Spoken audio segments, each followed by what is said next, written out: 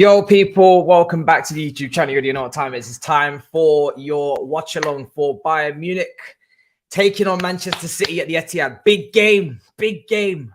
And I already know I speak German for this one. And obviously Benfica versus Inter Milan as well. We got some big games coming up, man. I'm looking forward to this. Benfica, a lot of people's dark horses now with the side of the draw that they're on, but listen, no Lukaku in their lineup as well. I'm a little bit hurt by that because I was looking forward to seeing him in the starting 11, but it's Edin Dzeko instead.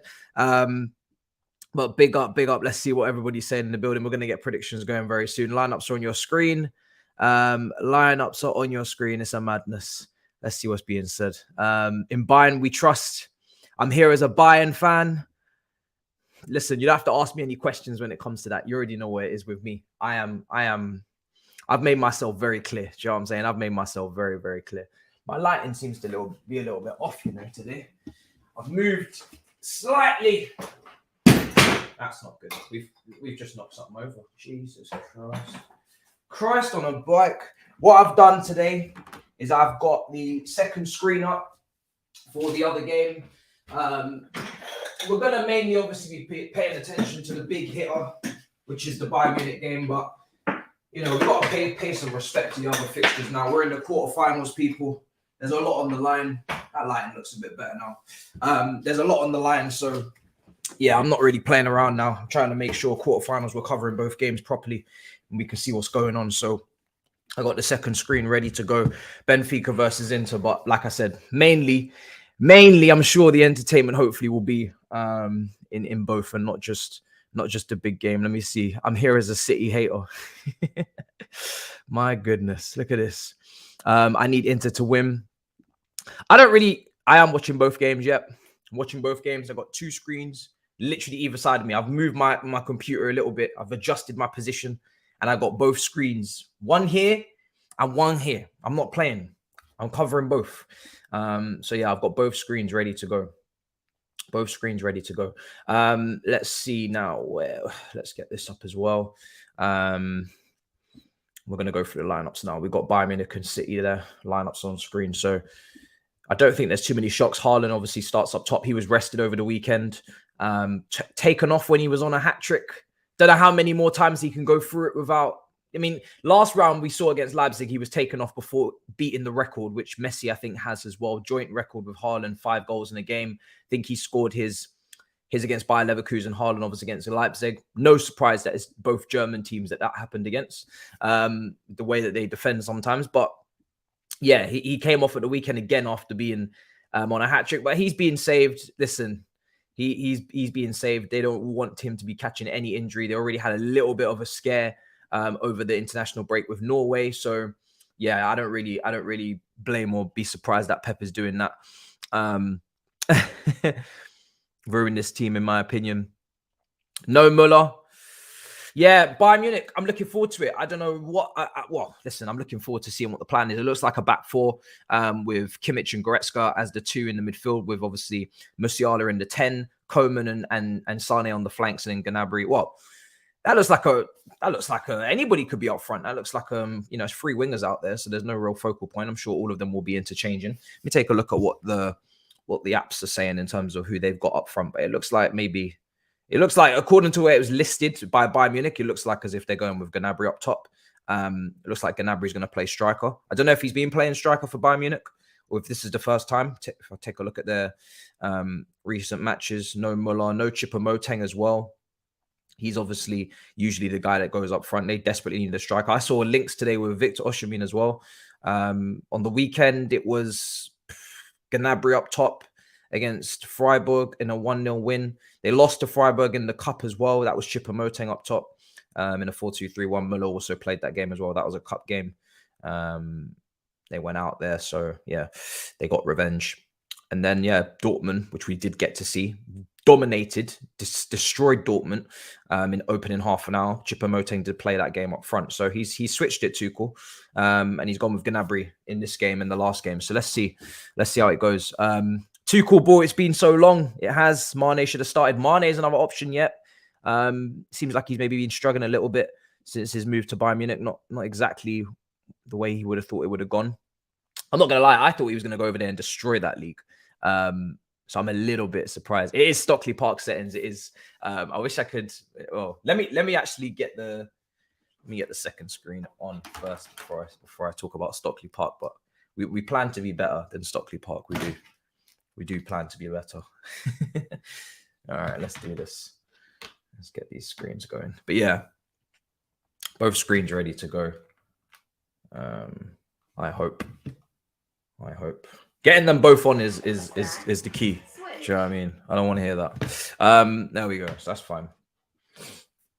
All right. Real Madrid. Yes, you did. Went on a Real Madrid podcast today. I was looking forward to that. That was good. I really do think that that's a long day tomorrow, but I don't really want to talk about that too much right now. But yeah, that tomorrow is not going to be a good day. You should have a very good day, brother, in the chat. You shouldn't have any worries or concerns about what's going to happen tomorrow. I'm not going to lie. But we'll speak more about that in the preview that will go up tomorrow morning. Let's get predictions going for the Man City Bayern game, starting with that. Let's see. I want to go through that City team as well. See what smoke they're on. Big day for Pep. I know they've got, obviously, the Premier League. I mean, for me, I'm hoping that Bayern Munich knock them out of this slightly, maybe a favour the fact that they're away from home first. Bayern Munich, slight advantage, people will say. But yeah, Man City are going with Stones again in that right back position, which tells me he's going to tuck in. And it's going to be a Kanji, Diaz and Ake as like a back three. And then Bernardo Silva will maybe move up a little bit more with Rodri playing alongside Stones, De Bruyne, Gundogan, Grealish on the left, and Hairline up top. Maybe Bernardo Silva will act more for right side, cutting in on the right, and allowing De Bruyne to make those overlapping or even underlapping runs. And those two can have a little connection. You've got a left-footed option, you've got a right-footed option for De Bruyne to get those balls into the box. That's how I see it. Just mainly because we've already seen Stones invert. So I'm guessing he's doing that again, but we'll see. Obviously, it makes sense. You know, now we've seen Stones do it. He did an incredible job doing it. It was brilliant. He was involved in many phases of play. He is involved in quite a few of the goals we saw. Well, it's the last weekend before. And he's a better defender than a Rico Lewis or someone like that. So it makes sense. It's something that he's never going to try Kyle Walker in that type of role. So it had to be Stones or Lewis, and obviously Stones way more experienced. So it's looking interesting. With Tuchel, I've only watched one game, and that was against Dortmund. I didn't really feel like the game was so it wasn't even competitive. You know, they destroyed them inside half an hour. I didn't really get to take too much from the game, so to be honest. So this is where he'll be a little bit more easy to see tactically what he's doing with this team. Now he's come up against someone serious. But yeah, should be a good game on that side. On Benfica's side, I'm looking at Ramos again up top. Grimaldo as well, the left back, Spanish left back. He had a lot of. I remember when he used to be the talk of the town. He had a lot of hype, but no one really speaks about him too much. I think he had a lot of injury issues at left back, but he was meant to be a really, really good player. It would have been a back three under Nagelsmann, not Tuchel, unless it's a big surprise. I think it's a 4. It looks like a 4 to me. If it is a 3, I guess Pavard is the one that tucks in and Davis becomes a wing back and Koeman maybe a right wing back. But yeah, if it was Nagelsmann, that is exactly what it would have been. Rafa's also good. Okay, I'll be keeping an eye on Rafa. If it was Nagelsmann, that's exactly what it would be, wouldn't it? It would be Koeman in one wing-back position, Davis in another wing-back position, Kimmich and Goretzka, and the front three of Musiala, Sané, Gnabry. That's how it would look for there. But I'm assuming under Tuchel, it's a 4. I think it was a 4 last game, 4 the game before. I think he's only been doing 4s, so I don't think he's doing a 3. Theo Hernandez, I think, is back from his ACL. Maybe that will influence what formation he plays in the future. We know Upamecano was playing a back 3 at Leipzig as well before he made the move. It was him, Konate, and someone else, I think, in that 3. I remember the performance at Tottenham all those years ago. A really, really good performance. Ampadu played in that game, which is why I would remember it. So, yeah, it'd be interesting to see what happens when Hernandez is back. Not Theo Hernandez, sorry, Lucas Hernandez. But, yeah, until Lucas Hernandez is back, yeah, I'm not sure. I'm not sure if this is the long-term plan. Let's see. Grimaldo's contract is up in the summer. He doesn't want to renew. Okay, really? Where do we think he'll end up? It doesn't seem like his stocks are crazy, crazy high. I remember I remember them as well. The Grimaldo and Grimaldo and Telles debates. Yes, because obviously Telles was smashing in the Portuguese league as well, scoring loads of goals. And both of them haven't really kicked on. Where is Alex Telles now? Where did Manchester United sell him to or loan him to? Because obviously they brought in Malacia to replace him this season. Where's Telles at? He's 30 now. Telles is playing for Sevilla. Oh, and they come up against Manchester United in the next round of the Europa League. We'll be covering that on Thursday. I don't know if Telles is eligible to play against his parent club. He's on loan. I don't know if Telles is eligible to play against United on Thursday, but that's where he's currently at. He's at Sevilla on loan. So they haven't even sold him, which is no real surprise because I'm guessing his contract's still got a good few years to go and you only just brought him in anyway. But yeah, madness. Man City's biggest test. If they want to do the treble, which is what Sav was kind of alluding to on the Big Six, then they're gonna have to beat teams like Bayern Munich. Is he? He is. He is eligible. Great, that's good. Be interesting. He can. UEFA allow it. Cancelo can play versus City.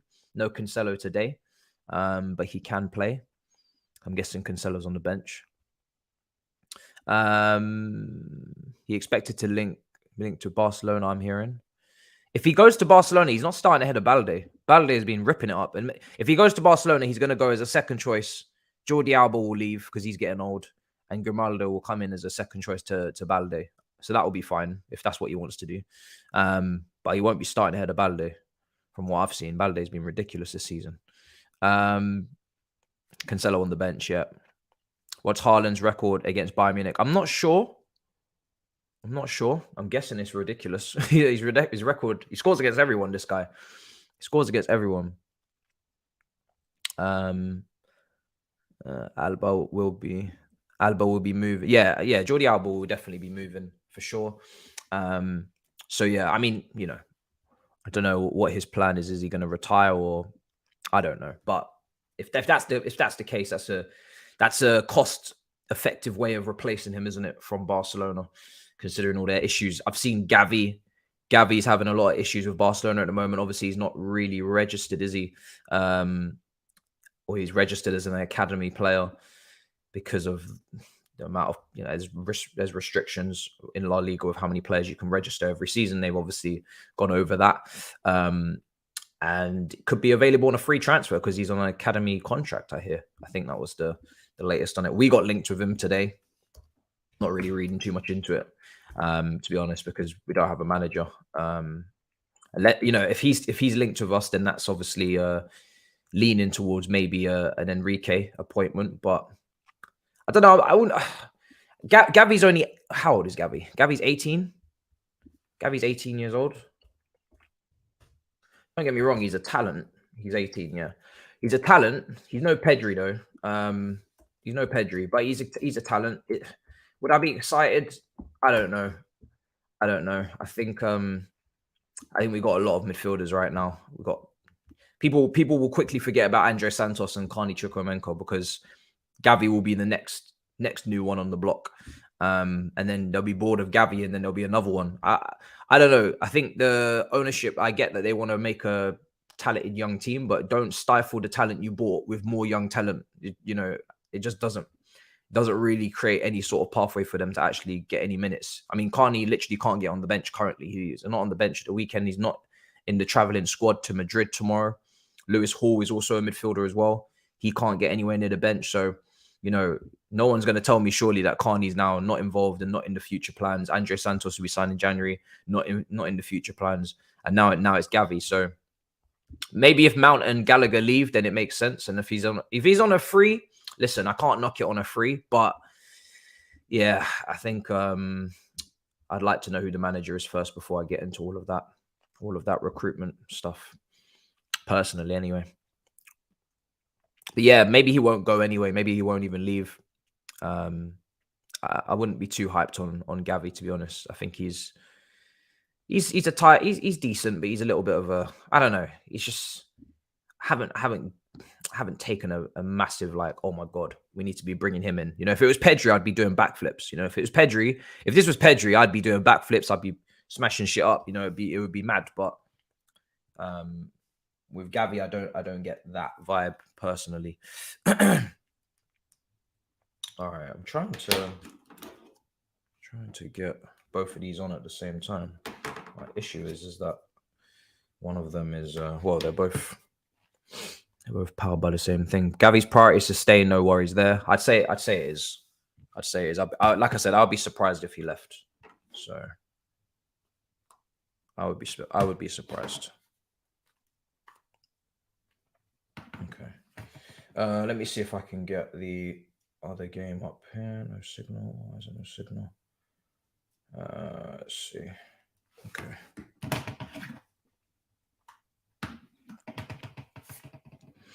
All right. He's a passion merchant, you're saying? Jesus. He is a bit of a passion man, isn't he? He's becoming. Listen, he's only 18. I think Pedri playing right alongside him, being 2 years older, is not helping him in terms of his ratings.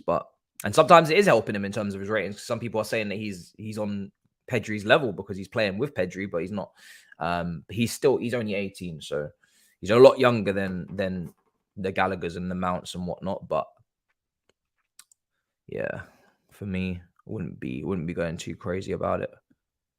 Camavinga's a brilliant player. What are you talking about? Camavinga last week against Barcelona was ridiculous. Honestly, he absolutely shut down Rafinha. It was so impressive. He shut him down, didn't let him go past once. He was incredible. He really, really was. Playing at left back, even though he's a midfielder. But again, that seems to be the trend. Look how many players are now, not really fullbacks, but they're playing in the fullback position so they can help dominate the midfield. It's actually shocking that Chelsea have not tried this at all this season. Especially when you're in a 4. If you're in a 3, fair enough. But when you're playing a 4, it's crazy that we haven't just hopped on the bandwagon and tried to match this kind of overload in midfield by tucking in a fullback, and therefore going a 4v. You basically got 4 midfielders on the pitch if you're going with a 3-man midfield. We played a 3-man midfield at the weekend. Tuck in a fullback, you make it 4. You try to overload the midfield. You try to dominate the central areas. We've got Lewis Hall that could definitely play that role. Maybe Cucurella. It's crazy that we haven't tried it. Reece on the right side. Let's see. Camavinga's levels above. Yeah, I would say he's a level above. But I don't want to disrespect Gavi too much, man, because I don't want to disrespect him at all. I'm just saying he's a cut below these other youngsters, the Pedris, the Musialas, the Camavingas. These midfielders for me are the top young midfielders, and then he's below. Gavi's like second tier, in my opinion. Gavi's second tier, but like these other guys they're ahead. They're ahead for me. Rafinha can't dribble. Oh, goodness. Will you stream the final day of the Premier League? I mean, yeah. I mean, if it's going to be that dramatic, which I'm sure it will be, and it will go all the way to the end, then yeah, I don't see why not. 100%. May as well, innit? Because it's not like my club's going to be providing any drama, so I may as well just stream everybody's final day. Makes sense. All right, let's see what's going on in predictions. We've got Man City on 42%, draw 14%, and Bayern Munich win 43%. Sorry, 44% now. So pretty even. A little bit slightly in Bayern Munich's favour for that Thomas Tuchel tax for the Chelsea fans. But yeah, smash up the likes. Let's get to 100. Let's get to 100 likes. Let's get to 100 likes. Smash them up. Subscribe if you haven't already. Almost at 47.5. What else is happening? News related wise as well. With Benfica, actually, let's just Benfica and Inter. Let's just confirm these formations as well, actually. Let's see. What formations are these guys playing? So yeah, Benfica are playing exactly what they've played all season, which is a 4-2-3-1. Floriento Luis, who was Enzo Fernandez's partner, is obviously in that midfield. Rafa is playing in the 10. Mario on the right. Ramos up top as per usual. So yeah, pretty familiar from what I saw when I was obviously just looking back at Enzo's first half of the season. This is fairly close to what I've seen Benfica do pretty much all season. And then Inter Milan are going with a 3-5-2, which is what they always do. Obviously, Martinez and Edin Dzeko up top. I thought Lukaku might start, but I don't know. He's on the bench again. I don't know if he started the last game, but he did score recently. So I'm not sure if that was maybe off the bench. Haven't watched the Inter Milan game in a while, actually. I haven't really, I mean, because we had the international break, I guess it feels like I haven't watched a Serie A game in a while, not since before the international break, but we've only just come back, to be fair. Brozovic, Mkhitaryan, Barella is the midfield three. Dumfries is playing as well. It looks like he's going to be playing off the left. Dumfries off the left wing back role. Oh, sorry, no, he's playing on the right. He's playing on the right wing back role. And obviously Bastoni is starting as well, as per usual. So strong team. Onana in goal. Strong team. Looking forward to seeing what they do. Keeping an eye on Onana, because we obviously need to be looking at a new goalkeeper ourselves. So yeah, just keeping an eye on Onana, see how he plays today. Let's see. Lautaro cooks tonight. We shall see.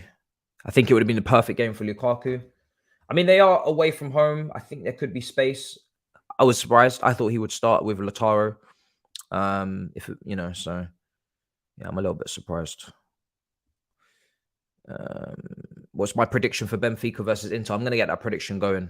We've got 20, got half an hour to kick off. But Benfica, Inter, I'm not sure. I haven't been watching these two teams on a frequent basis.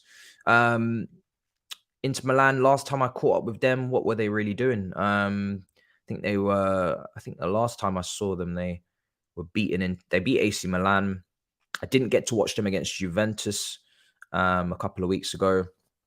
They've beaten Fiorentina. They lost to Juventus as well in Serie A. Drew against them in the Coppa Italia. This is all before the international break, mind you. So, yeah, I haven't really seen them since the game against Porto. Not the greatest Champions League game in the world against Porto at home. That was a 1-0 win. It was a pretty even game, to be fair. Actually, this was actually a decent game. There was a lot of efforts on goal that game.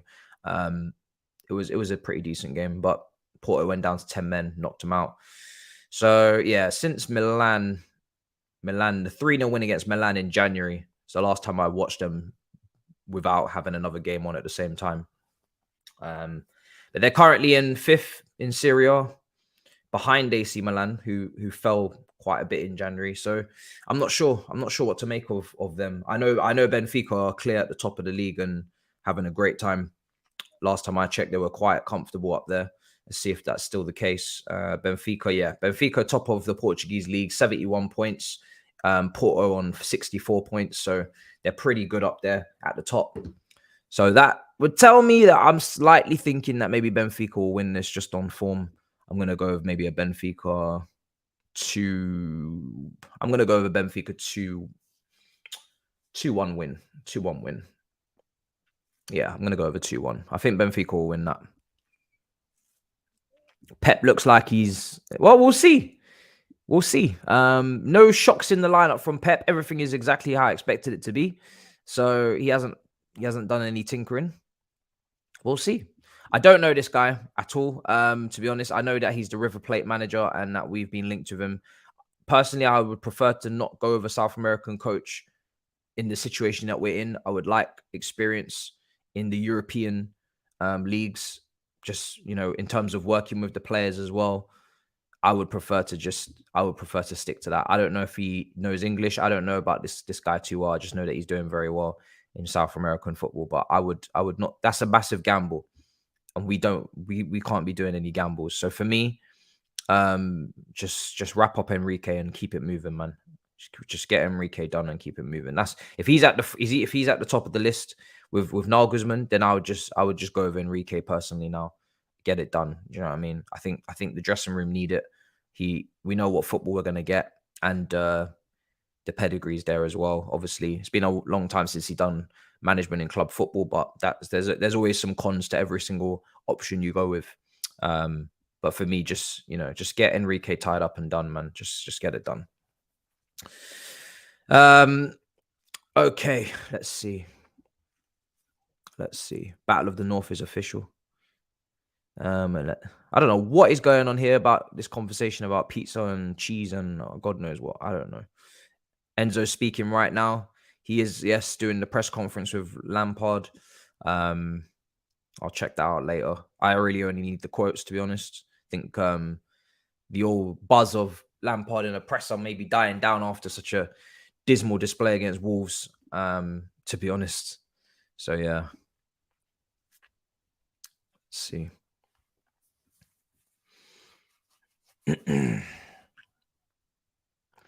Barca are back earlier in the season. I definitely heard Barca. Yes. Oh, goodness. Let's see. I don't know what's going on in this chat.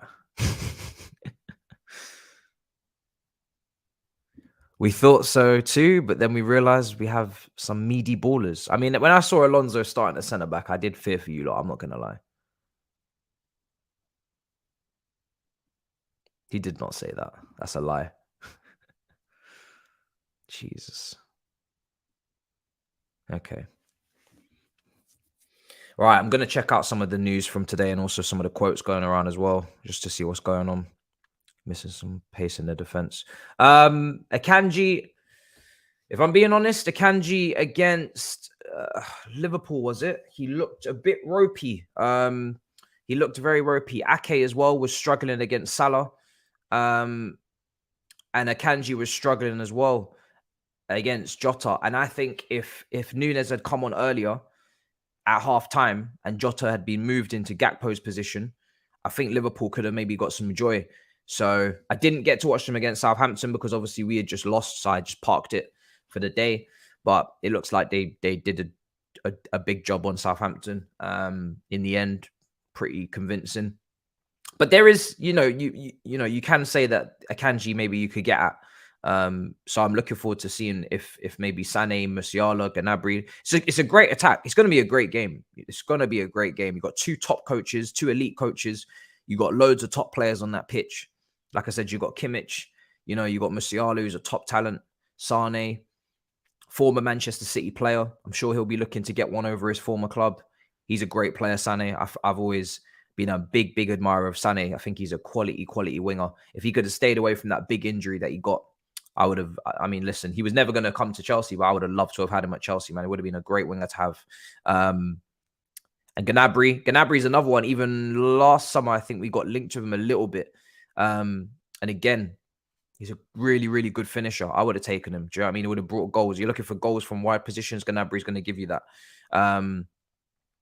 Two elite coaches, whether you like it or not. Obviously, one better than the other, but two elite coaches. I am German today, 100%. 100% I am German today. For me, the best way that Man City can catch Arsenal is by having less games and just focusing on the Prem and not having the Champions League as a distraction. And I think if they come out of the Champions League, they'll be so angry. And so they have to win the Prem. If they come out of the Champions League, they have to win the Prem because now they've put themselves in a position where, let's be real, they have to. If they don't win the Prem and they don't win the Champions League, it's a bit of a failure of a season by Man City standards. They can't just win an FA Cup and call it a day. So a lot of pressure. But I'm sure they'll rise to that pressure. But hopefully Bayern Munich will just dismantle them in some capacity and knock them out, because that would be perfect. And obviously I want Tuchel to do well at the end of the day. Do you know what I mean? Like, if we're not going to win it, which we're not, then at least give it to Tommy T. Or if you don't give it to him, then definitely give it to like a Napoli or someone. That would be brilliant. If Napoli won it, can't argue with that. But yeah, one of those two outcomes I'd like. That press conference is over now. Okay. Let's see what's being said here. 1 second. Big up everybody in the chat. Smash up the likes if you haven't already. Subscribe if you're new. We are chasing that 50K like there's no tomorrow. We're moving. We've got one stream, one video a day, every single day this week. 2 bits of content. Tomorrow, preview. Actually, to be fair, tomorrow's 3 pieces. But tomorrow, preview will drop in the morning for Real Madrid. The stream, watch along for Real Madrid versus Chelsea. And who else is playing? Because I'm not going to lie, when Chelsea play, I don't know what else is going on. But I think the other game is... who else is playing tomorrow? What's going on? AC Milan versus Napoli. That's it. Yeah, forgot about those guys. But yeah, sorry. When Chelsea play, I don't give a damn. But yeah, it's Napoli versus AC Milan, and then the review, and then on Thursday, all you can eat Chelsea, and obviously Man United versus Sevilla, and then Friday we got the preview for Brighton, and then the FIFA Fridays, Ma versus members stream. Hopefully, I don't get battered like I did last Friday. So yeah, doubles all week. Saturday and Sunday go without saying. Of course, we got watch-alongs again, so it's going to be a madness. But London Club's Carnage went out this morning. If you didn't see that, that was jokes. Lawless is feeling the pressure. Am I sure I want to do a stream? I'm very scared. Best believe when you see my preview, you'll see what I'm talking about tomorrow morning. But I'm very scared about tomorrow. I think that goes without saying. I have a fear that we could be battered. I really do. Ramadan Benzema is on a madness. They've scored a lot of goals, 2 goals on the weekend, even though they lost, but they rested.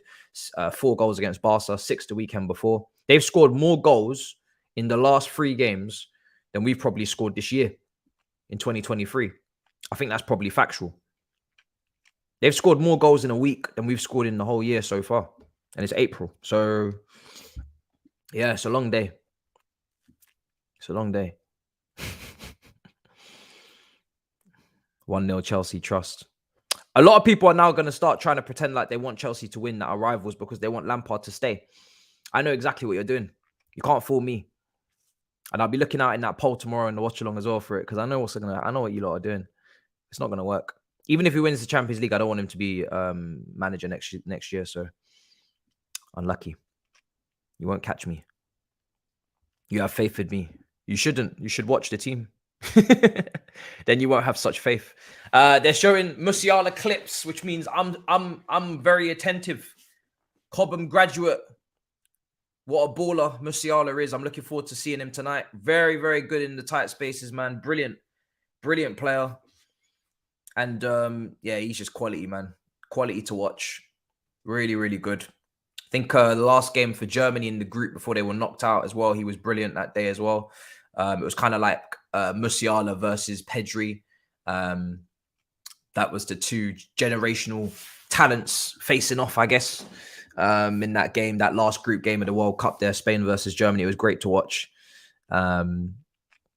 Imagine that we had him at Cobham. It's insane, isn't it? So you want a number 10? You don't need Felix. You got Musiala. You want a player of inside forwards? Don't worry, you got Musiala. We had Musiala, but he was never going to stay with us because I think his parents obviously had, German ties. I think his father's Nigerian. They were always going to go back to Germany when he was very young. So it's unfortunate, but that's the way the cookie crumbles. If I ever hear any leaks coming out of Munich that he's not happy and he wants to leave, I'm all ears, but I have a feeling that we're gonna not be too high up on the list considering where we are currently.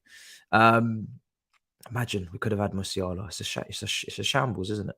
It's an absolute shambles. If I was to go through the Chelsea Cobham 11, but go through for me the best talents in that 11, woo, be a field day. If I had like a Levi Colwell, Tomori.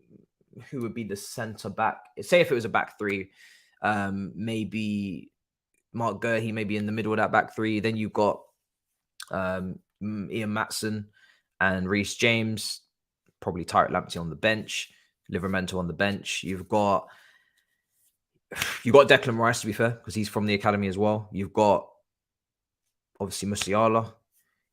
You've got some serious talents, man. You've got some serious talents. Abraham probably would be the striker up top. I'm trying to think who else. I think it would probably be him. Is Broja? I think Broja is our academy product, to be fair, as well. But yeah, be a good team, man. Be a good team. You got Mount in there as well, if he can be resurrected. Let's see. Nah, KDB wasn't ours, man. We just that was the time where we scooped up all of this fantastic Belgium talent all at once. We got the 2 Hazard brothers, actually the 3 Hazard brothers, but 2 because only 2 of them were serious individuals. We had Lukaku, Courtois, De Bruyne. We went on a Belgium rampage. Signed a lot of Belgium talents. Nathan Ake, yeah, that's a good shout. Nathan Ake is a great shout for one of the academy products. Yeah, to go in centre back. He'll probably maybe put Gerhi on the bench, maybe. But yeah, Salah was part of that crop, but obviously not from Belgium, but he was part of that group of signings. Kylian Hazard was crap. Nketiah is a Chelsea. He's a Cobham product. Christensen, of course. Christensen, of course, ahead of Mark Gerhi. How could I forget? Christensen goes straight in at centre back. But yeah, Nketiah is a Cobham product as well. Solanke as well, yeah. Maybe those are your 3 strikers going into the season. Nketiah, Abraham, and Solanke. Mad. Maybe Brozier as well. I don't know which one of them's getting cut. But yeah, some talents, man. Some talents. I don't know if Ryan Bertrand's still playing, but I wouldn't keep him in this group. I'd be going with the younger talents there. Insane. Gel Kakuta. All right, did we get predictions going or not? No, we didn't. Oh, we got 15 minutes. All right, let's do it. Benfica versus Inter Milan predictions. Before I forget, I think this is going to be very heavily skewed towards Benfica. I'm expecting top of the league in the Portuguese league, and really far clear, actually. Really, really far clear. They're killing it. Inter Milan 5th in Serie A. But you never know in the Champions League. We saw AC Milan go to Napoli a couple of weeks ago and absolutely destroy Napoli at home. AC Milan, Rafael Leao with an incredible performance.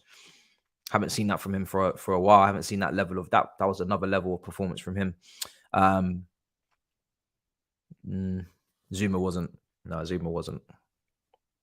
I think Benfica lost to Porto on Friday, so it could have been a bigger gap because I think Porto are second. So it could have been an even bigger gap up at the top. That's crazy. Do I see Chelsea in the top 4 next season? It all depends on who we appoint and whether or not I actually really rate the appointment or not. So yeah, but you know, the fact that I'm not even sure is worrying because it shouldn't really be the case. Yes, Smith Rowe as well. Was a Cobham Academy product, I believe. Actually, no, I don't think he was. I think he did trials. But he didn't get through to the trial. I don't think he was accepted. I think that was something like that. I don't think he was actually with us, but maybe I'm wrong. Let me know. I can't remember on that one. I don't know if he's actually ours. I don't think he is. Pep today. Surely Pep's not going to do that. I know I've seen Pep do it a few times with that when he was playing Cancelo.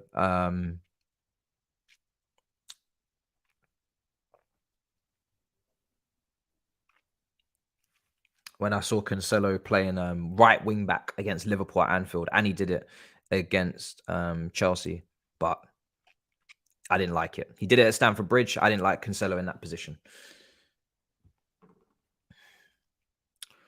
Can't wait. Do you know what? Like I said, it's going to be very interesting. Arsenal in the Champions League next season. Hopefully Newcastle as well. Maybe. I mean, it'll probably be Man United, but it would be nice to see like a Villa or a Brighton. I just can't wait to see some of these teams in the Champions League and see how they fare. Because we haven't seen a lot of these. Well, Newcastle goes without saying. We ain't seen them since I don't even know when. But I'm just interested to see how these guys fare in this Champions League, man. It's going to be interesting. And they have to come up against these teams, these Bayern Munichs and these Ala Madrids. It's going to be interesting. Let's see what the poll's saying early days as well. In this poll, it is 74% Benfica. Yep. It's convincing, as I thought it would be. I know they're not a lock-in. I know that Newcastle are not a lock-in, but I think they'll get it. I've kind of always stuck with them to get it since the turn of the year. Since when was it? Since I'd sussed out that first of all we weren't in the picture. Liverpool were not in the picture. And then I saw how Fugazi Tottenham were moving with results. I just decided I'm going to back Newcastle. Even in their poor form, I decided I'm sticking with them. And I'm happy with that decision because I don't think Tottenham deserve it. So hopefully Newcastle get it. Arsenal won't get past the group stages. That would be hilarious. That would be hilarious. But I think they will. I think they'll get to the knockouts. Knockouts is where they might hold an L. What formation is Pep playing? Pep on paper is playing a 4, but it's a 3. It's a 3, and then it's a 2, and then it's a... well, let's see. How do I want to name this formation? Because when you look at it on the pitch, you're going to see a 3 with Akanji, Diaz, and Ake. Then you're going to see a 2 with Stones and Rodri. And then you could just say a flat 4 maybe of Bernardo, De Bruyne, Gundogan, Grealish, and then Haaland. So let's just say a 3-2-4-1. I think that keeps it nice and simple. Frimpong he was fantastic for me on FIFA in my career mode. Always dependable. Always came on for Reece when I needed him to and done a job. Never let me down, that kid. Never let me down. Didn't get to see him at the World Cup, which I was really disappointed about because obviously Dumfries was playing instead. And I think one of the coaches have said, if it was the Dutch coach, I can't remember, but one of the coaches was saying that they can't maybe trust him defensively yet. And he's been playing wing back for Bayer Leverkusen, I think. But yeah, I think he from what the little things I've seen from him in bits and pieces, he looks like a talent. I think Manchester United, who's been linked with him? Is it Man United that's been linked? Listen, Ten Hag will know him. We'll know him well, I guess. If he's keeping up with all the Dutch talent, which I'm sure he is. So yeah, I think is he? Yeah, he's almost a winger, isn't he? He gets really high up the pitch in that Leverkusen team. I think he's a wing back. Apparently, he's not that good defensively. That's what one of the coaches have said as well. So don't listen to the Dutch coach. He's clueless. He's a winger that plays right back. He's like a Martinelli at right back. Right wing back, right mid is his best positions. What about your boy Cho, bro? Yeah, Cho. I think Cho is a go. It seems. Not great for him at Bayer Leverkusen. He's struggling. Hasn't really done anything, so he's probably going to just be sold. I've given up there. Really, unfortunately, I think that injury has really messed up his career. He was so explosive, man. He was so explosive before the injury, but he's lost his way a little bit now, unfortunately. So he just needs to leave and go and play regular football, wherever that is. I don't know what level that will be at, but it will still be in a top flight division, obviously. But I don't know what club. He's gonna have to take a humble on the wages as well because he's not making 120k wherever he goes. I don't think. You are shameless. Arsenal will win. Real Madrid will smack Chelsea. How comes you don't give me much detail in your super chats? When you send in the super chats on Big Six, they're always full of extra lines and detail. You're short on your sentences over here. What's going on? What's going on with you? You give me way less characters. I think I deserve more. I think I deserve more characters.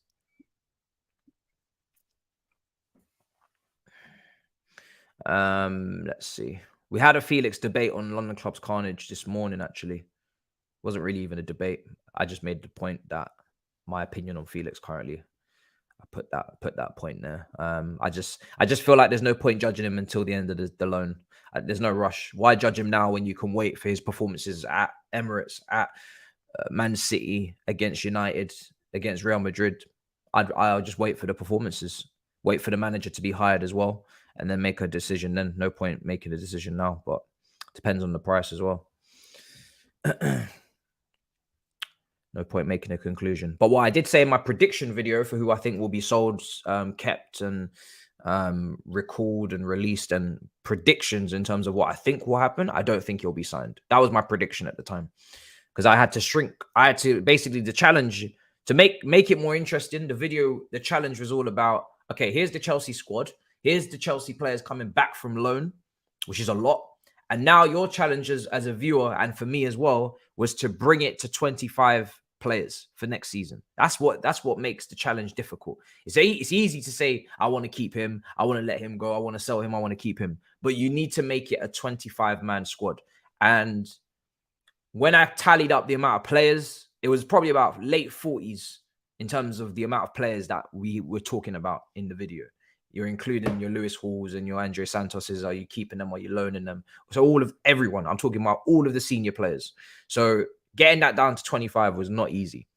It was not easy at all. And especially if you're predicting, because then you need to take into account that you can't just go with your highest ability 25 and think that they're all going to be happy in a 25-man squad. You need to have your rotational options, your backup options, realism and whatnot. I have not seen the Bellingham news. No, I'm sure Hussam will be sending it to me very soon. What is the Bellingham news? Is this an official bid?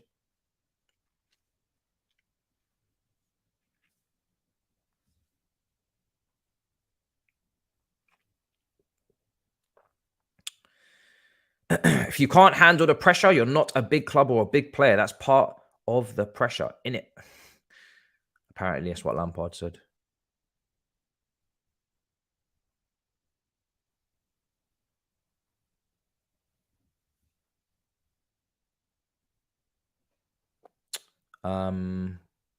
Let's see.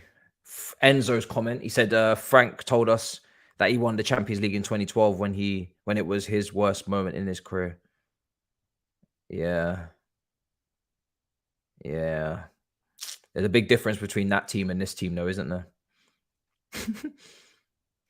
Enzo also says, we're not afraid. We have respect because it's a game of football and we know their quality. We will try and contract them with our defenders, counter them, I guess that should say, and have great defensive work and make a beautiful match. Fuck me, man. These guys don't even know what's going to happen to them. These guys have no idea. You know that meme where they're like, does he know? Does he know? You know what meme I'm talking about. Does he know? Do they know? Do they know? Do they know? They don't know. But they have to say these things and they have to be obviously mentality-wise on point. But fuck me, they're not aware of what's happening. Ramadan Benzema. It's a long day. I have no pressure. It's just a game of football. Obviously, Mount Kante and Thiago Silva will fit for tomorrow's game. I see a leader when he speaks on Enzo, Frank Lampard. Yeah, long day, man. They don't know. Does he know? Too much talk. I think they know. That's the funny thing. I think they know. I think they know they're in for an arse whooping. When you can't even keep up with a team like Wolves and you're getting bopped and you can't even keep the ball, how do you expect to beat Real Madrid? I do not know. How do you expect to do it? It's not the same, is it really? It's not the same, guys. There's a big difference between Drogba, Torres, Lampard, Ashley Cole, David Luiz, Mikel, Petr Cech. There's a big difference between that and what we're dealing with. And this is the problem with Frank. And this is why I need him to get his pro license and not be hired permanently, because he might know what he wants to do. He might have done it himself, but can he teach them how to do what he wants them to do and how to do what he did? Being able to do it is one thing. Being able to know what you want to do and knowing what you want to do because you can see it and you've read about it or whatever, but actually being able to teach it. Teaching is not for everyone. Coaching is not for everyone. It's not for everyone. It's not for everyone. There's methods. You need actual methods. You need to be brilliant at explaining your points. Videos will not do it. Videos will not do it. Let's see. So yeah, it's not easy out in these streets. I'll tell you that for free. It ain't easy.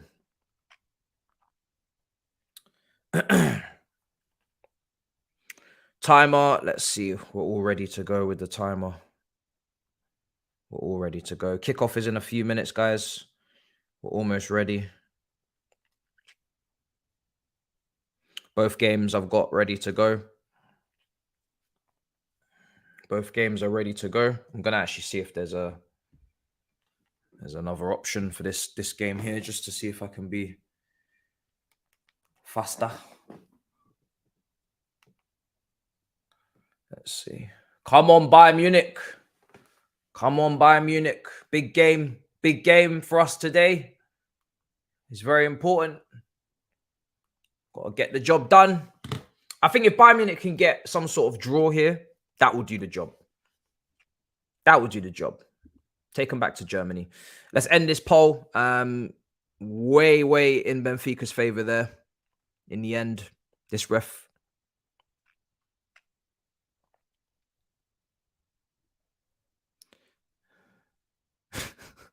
Midway, what are you on? What are you on, Midway? Jesus Christ.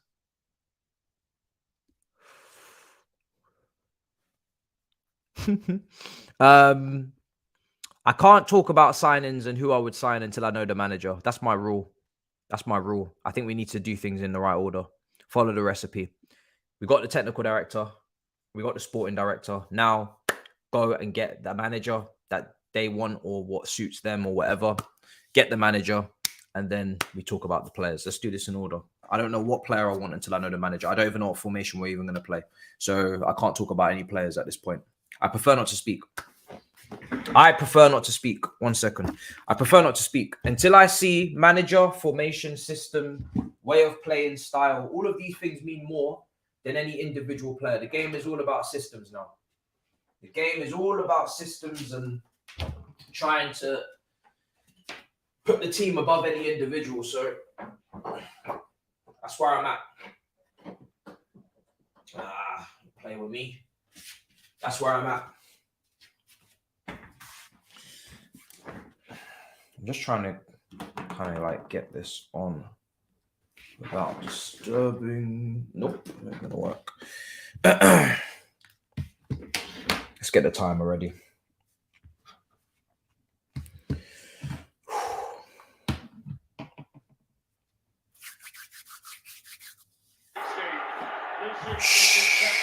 We don't want to be demonetized. Relax yourself. All right, let's do this. Game's kicked off. Timer ain't ready, but we're ready. We're not ready, but you get what I'm saying. Let's get the timer going. Game's kicked off. Big game. Big game. Manchester City versus Bayern Munich has kicked off. Benfica kicking off as well. I'm ready. I'm ready for drama. Ball in. Oh, Man City are already moving. Moving with intent. I'm going to update this timer to something more accurate. See what you guys are telling me. This is going to be a big one, man. I really just want to see a great football match. That is the first and foremost. I don't think any team is going to necessarily dunk so hard that the other team is out of the tie. At least I hope not, unless it's Bayern Munich doing it. But I highly doubt they'll come to City and smack them. So just want a great game. 3-2. Either way, whatever happens, give me a good game. Give us a good game. Here come Bayern Munich. Oh, you took the touch. What's going on with that touch, man? Very, very heavy. Very, very heavy touch. There's no need for such a heavy touch. Very heavy, man. All right. There's a good counter. Come on. Benfica as well. Into Milan. Let's see what you guys are telling me.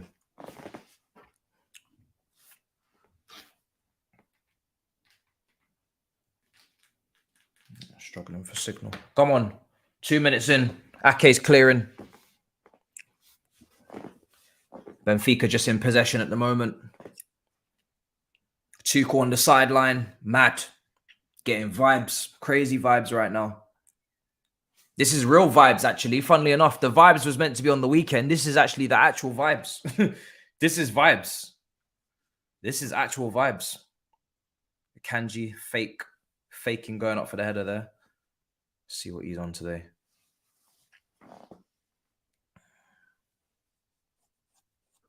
You saw my therapy video yesterday with all of the therapy session with Jan. It was a great video. I was so happy to see the comments. Me, Jan. It was actually my girlfriend's idea, to be fair to her. I'm gonna give her the shout. But yeah, everybody was happy, man. Everybody was just happy to see the comments. You guys loved it. And it's nice when you try something a little bit different. Obviously, I know, Man City, got to be careful. Obviously, I know you guys are always going to enjoy your Battle of the North, your London Clubs Carnages, your all-you-can-eat Chelseas.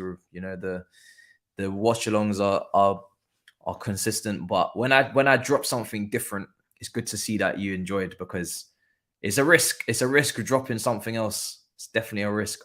A lot of people are scared to take these risks. I always say to people, man, sometimes just drop something different, man. Even if it's like once every couple of weeks or a month, just drop something different. See the reaction. It's unpredictable. Ball in behind. Go on. Oh, touch tight there on Grealish. Grealish is doing well to keep the ball. Great ball retention, as always, from Grealish. See Benfica just in possession at the moment as well. Ball in behind. Here's Bernardo Silva on the right-hand side. He's put it inside now. Here's Stones into Rodri. Grealish is some great form at the moment. Scored against Southampton on the weekends. Obviously scored against Liverpool as well. So Grealish is in red-hot form right now. He's playing really, really well. Got a goal and an assist against Liverpool. Here's Ake. Oh, here's De Bruyne. Oh, good play. Hairline is in shooting position. He's just scuffed it there, Hairline. He's just scuffed it. He's very much looking for another goal in and around that area. Is that Upamecano? Just letting him run off of him, yeah. Upamecano. I do worry about Upamecano against Hairline, if I'm honest. He's a really good ball-playing defender, but he can be very rash. And he's made a few errors here and there. I saw him against England for France. I really wasn't impressed with how many errors he was making. He's very lucky actually he didn't give away a penalty. Actually, maybe he did give away a penalty. Maybe I'm forgetting. But yeah, he was just a bit of a mess. I don't think they gave it in the end. But I'm not the biggest fan. Not the biggest fan. Because we were linked with him at one point, as we are linked with everyone.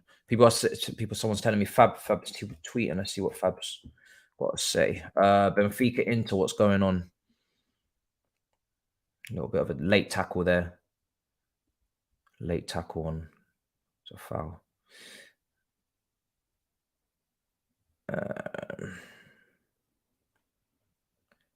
Xavi is going to extend his contract with Barcelona. Nothing else of any importance apart from Enzo quotes and whatnot. Here's Davis. Go on, Davis. I want to see Davis getting high up the pitch, hopefully going up against Akanji at some point or running off of him. Go on, that's a great pass. Brilliant. Couldn't join the dots. Couldn't connect the dots. Unfortunate.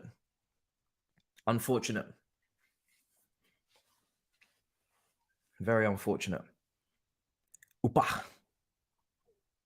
Upa mechanic. Nah, you're rude. They said Upa mechanic.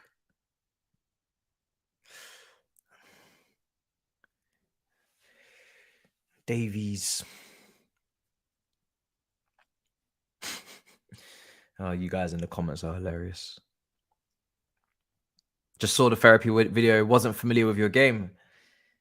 Well, I had the Chelsea family one as well. That was like inspired by Modern Family.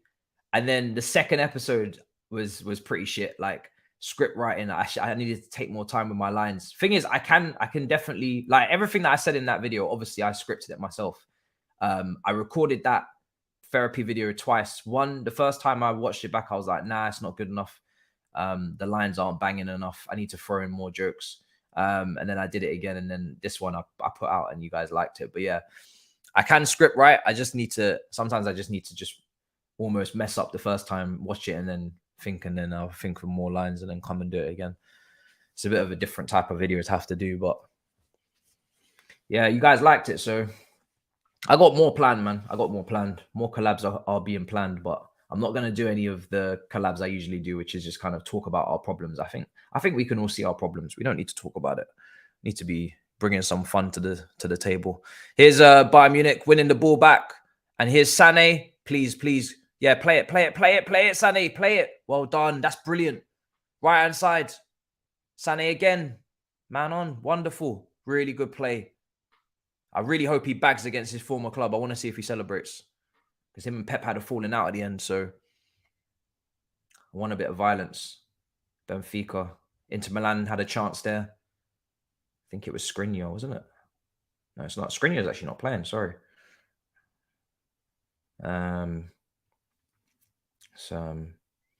Damian. Yeah, Davies defensively in FIFA was giving me problems as well. I'm not going to lie.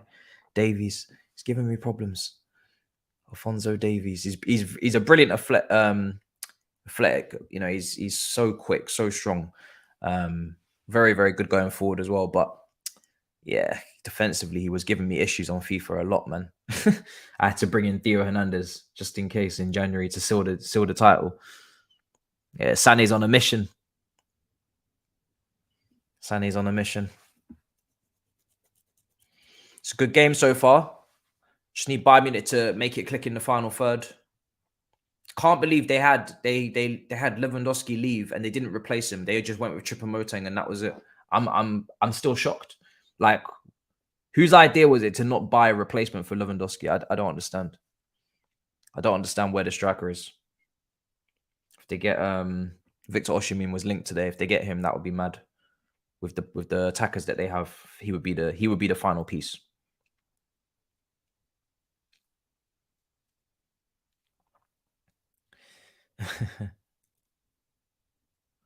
I don't know who thought Tuchel could beat City with Bayern.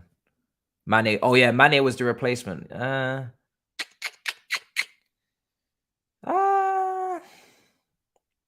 guess. I mean, Mane was playing as a striker at Liverpool maybe for the second half of the season, wasn't he? So yeah, fair enough. Fair enough.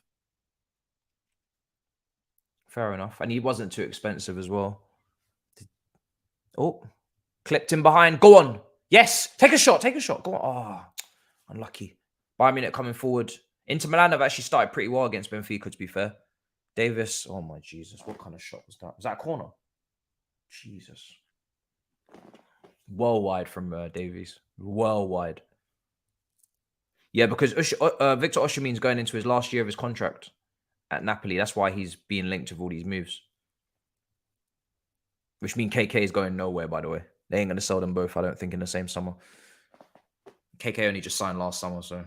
Sané pressing. City doing really well to get out of that. Grealish wins a free kick. Smart play. Smart play. Late challenge here. Darwin.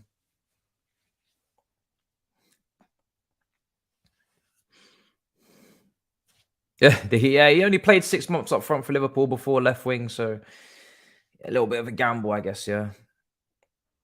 You just assume anyone will get the goals in the Bundesliga, but I guess it don't work like that. Ball in. I remember when Immobile was banging on all the goals in Serie A, then Dortmund signed Immobile and he didn't do shit for them. Cleared away. Inter Milan clearing their lines. Benfica back on the ball. Man City on the ball as well, building up from the back. I'm expecting Benfica and Man City to dominate possession, or at least have most of the possession in these games.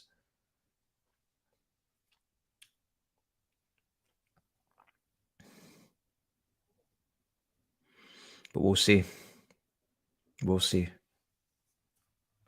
Lautaro is hit and miss. He is very hit and miss, and more times miss in the World Cup in particular. Well, I can't confirm that he will because I'm not a journalist, but I think there's a strong chance he could go to Bayern Munich. Yeah, I think there is. They need a striker, so they're clearly in the striker market. So are Manchester United.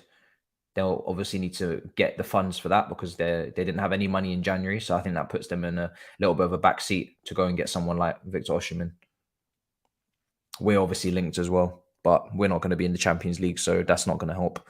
Here's Sané. Oh, brilliant. I just love watching Sané play. Honestly, he's brilliant. Man City have managed to get the ball back, though. Here's Ake. Loads of space down the left-hand side. Play it. Gundogan into Grealish. Good play. Now De Bruyne. That's a poor pass from De Bruyne, to be honest. Into Grealish. He was never going to get that. Pavard. Pavard, yeah, tried to get it. Here's Upamecano. Now Sommer. I'm happy for Sommer to be playing for Bayern because he was at Basel for so long. He's putting up some good performances, and now he's replaced Neuer because I guess Neuer's injured, isn't he? A front three of Madueke, Mudryk, and Broja doesn't sound like Champions League qualification, if I'm completely honest.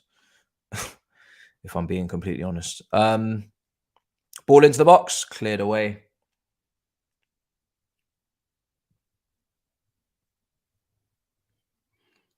Was he not at Basel? I could have swore he was at Basel. He was at Basel, not now, but he was, I'm pretty sure.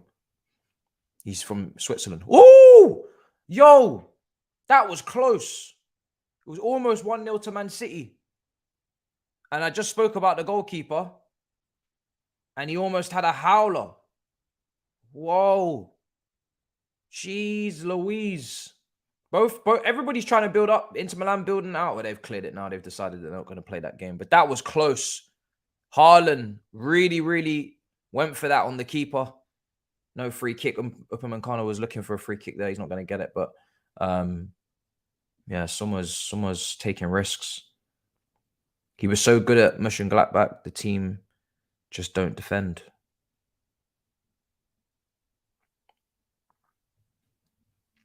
Rafinha stinks though, let's be honest. Haaland's acceleration is disgusting. That's where we bought him from after that amazing performance against us. Oh, okay. Need Bayern to win, so City stop Arsenal from winning the league. Exactly. You understand the drill. Inter Milan. Oh, nice. Onana. That's his name. Lovely turn to evade the press. I said I was going to be keeping an eye on him today because, of course, we are in need of a goalkeeper next season, I think. And somebody that can do a bit of everything and do everything brilliantly. You know, let's hopefully get someone that's world class. But what a turn that was! What a turn that was! No card for that.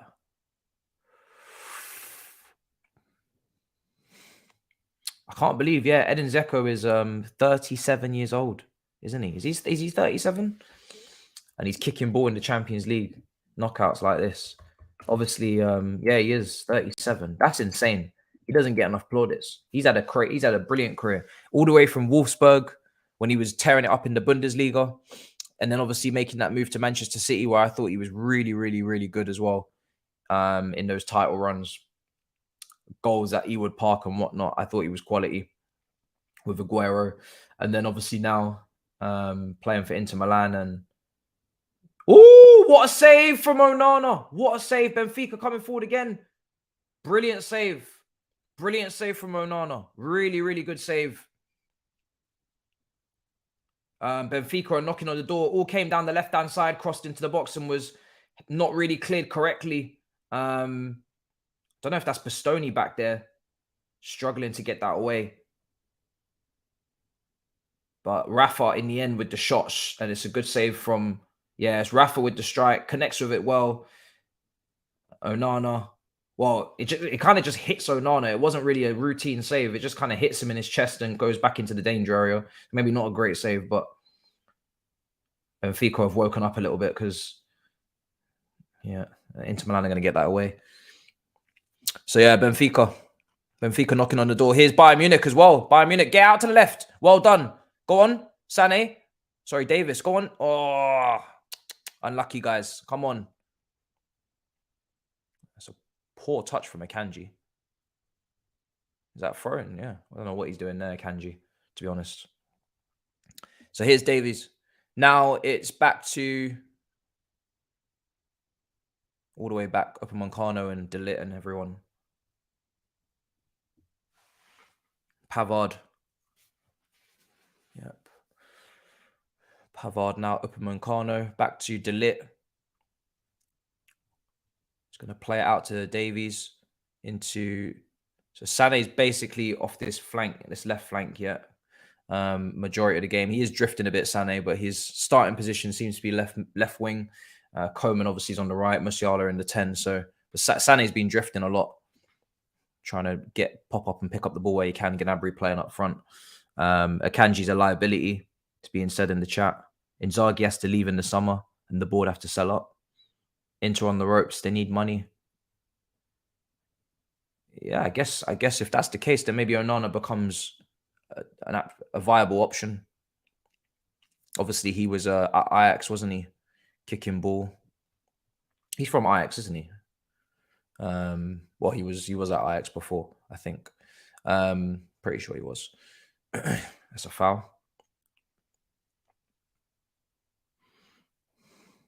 Who's my favorite next gen talent? That's a good question. I'd say it's between Musiala, Pedri, Saka, and I've always got a soft spot for Foden as well. I think Foden's class. I know his stocks have dropped a bit, but Foden's definitely got... The only thing that doesn't work in Foden's favor is he's not consistently starting, and he doesn't have the same pressure as the other three that I've named in terms of actually week in, week out having to be dependable and, you know, drag his team and carry his team every single match. So Foden kind of falls down in responsibility. But yeah, I would say those guys. I wouldn't have Bellingham in it. I wouldn't have Gavi in it. I wouldn't have any of our players in it, unfortunately.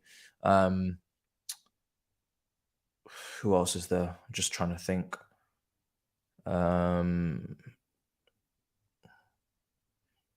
Martinelli is very young, you know.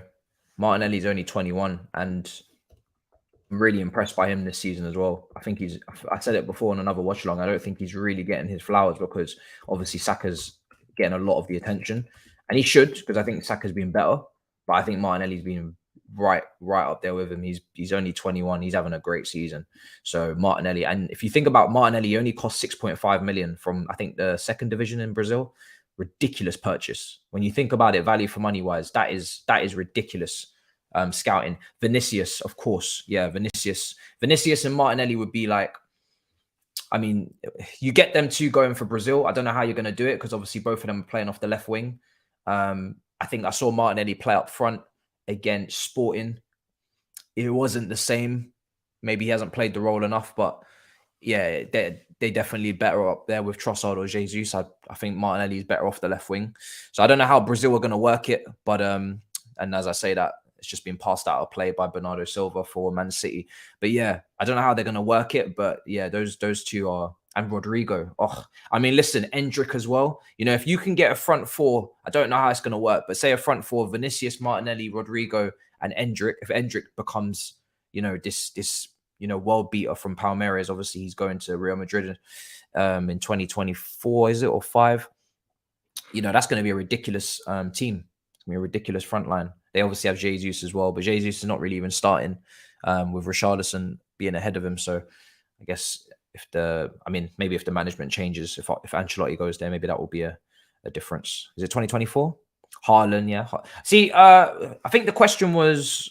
What was the question? Sorry, because I don't want to just start reading off names. The question was...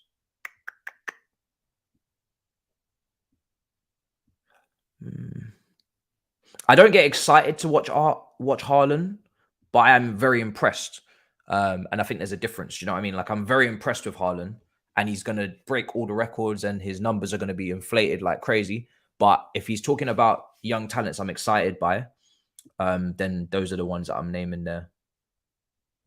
I don't really... Hairline is just an inevitable. That's what he is. He's inevitable.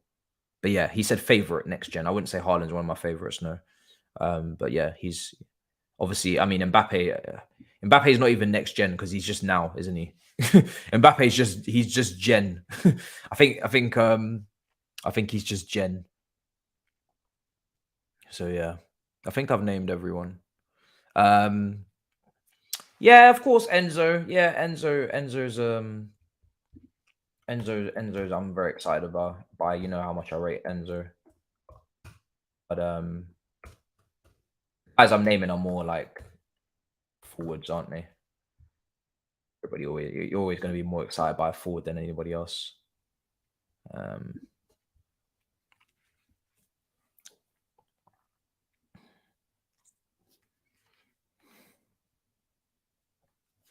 Yeah, I said Pedri. Yeah. Obviously, you know, if Saka and Martinelli could leave Arsenal, that would help. You know, then I'd be really excited for them. You know, if they could go and join Real Madrid or somebody that doesn't affect my life. But it's hard. It's hard not to like those players. Like separate the. Obviously, you don't like the club, but you still rate the player and still like the player. To be fair, can't lie. Unless they come and punch up one of my players, then the beef begins. But like Bellingham obviously started a beef with our players against Dortmund at the end of the game. So now me and Bellingham have got beef. So I think it's great. now I can be invested in like not wanting Bellingham to be like a world beater. Because I'm like, you know what? If he goes to Liverpool, I can feel the rivalry. I can feel the fights and the barging and all that shit. Saka doesn't really do that. Do you know what I mean? He doesn't really do that. It doesn't really work. It doesn't really hit the same. Go on, Davies. Musiala. Go on. Davies. Back in. Oh, brilliant. Oh, unlucky. Go on. Go on. Yeah. Nice. Is that going to make it? Unlucky. Unlucky Bayern Munich. Unlucky. Elise obviously is not in this tier because of purely who he's playing for and his output would, you know, need to go up and whatnot. KK. How am I not mentioning KK? Oh my days, I'm so sorry. Yeah, KK at Napoli. That boy there is right in this list, 100%. Very excited by him. And Elise, Elise is one of those players that I really hope he gets a big move because I think he's going to be something special as well. I really like Elise, but he obviously would have to smash it completely at Palace first and then go and move on afterwards. But yeah, Leao's doing his thing. I don't really have Leao in this category, to be honest. I'm not completely convinced. I think he's going to be a great player. I think he's going to be a very, very good player, but he's not in this list for me. Not in this list. And he's a bit older. He's 23. He's going to be 24 in June. So he's not quite in this list as well. In terms of age category, he's not. As much as people want to put him in there, he ain't really in that category of age. AK is 22. Yeah, he just turned 22 though, so slightly different. Just turned 22. I haven't watched enough of him. Haven't watched enough of him. I've heard about him, but I've not watched. Oh, that was a good shot. How close was that?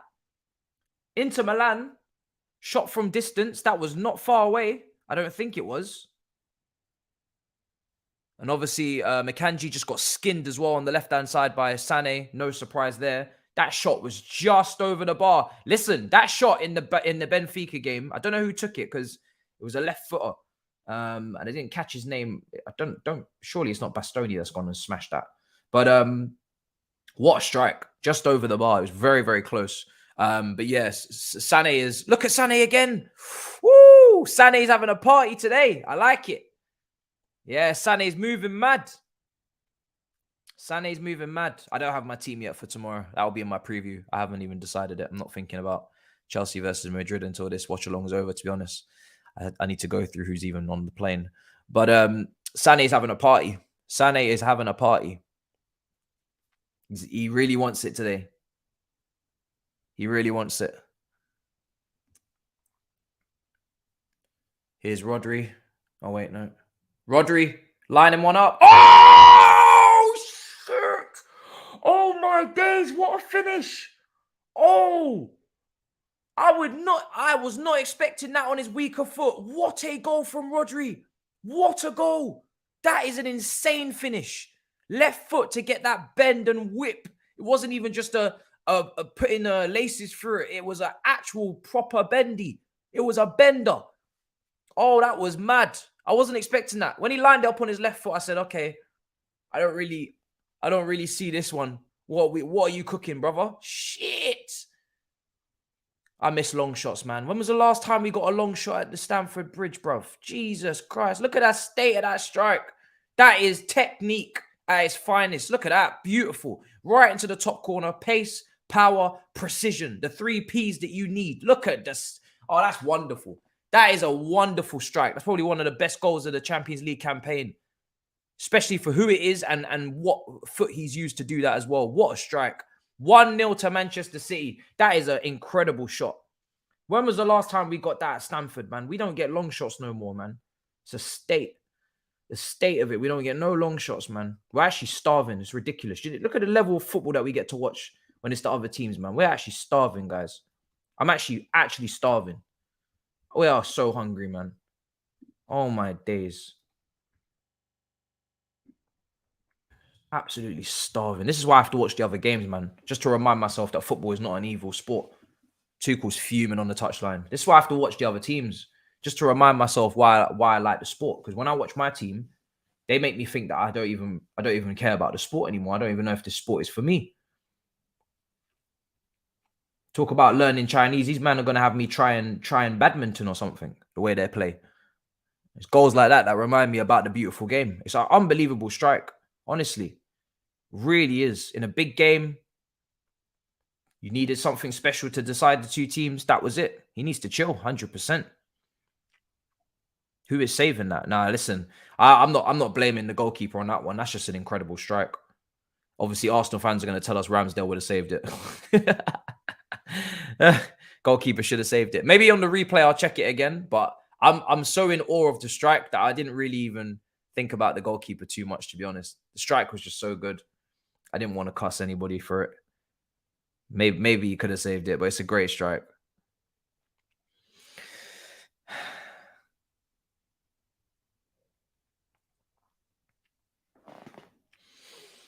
One 0 to Man City.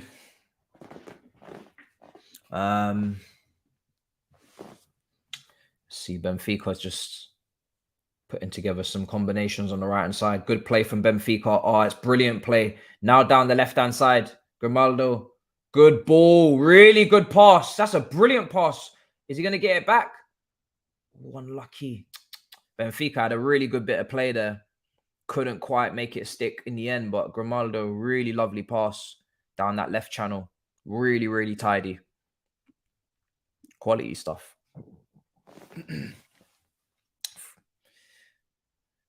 Bayern Munich down this left-hand side. It looks like Kingsley Coman maybe swapped flanks with Sane. Coman trying to check back in on Akanji. I think they have exchanged flanks, maybe. I think they have. Here's Delit. I think they've swapped flanks. Kimmich. The thing is with Bayern Munich is, in my opinion, I don't think their midfield 2 is completely balanced. I think Kimmich would be better with a sitter next to him. Oh, here we go. Oh, Grealish. Almost. I think if you're going to play Kimmich in a 2, I think Kimmich would be better with a sitter next to him.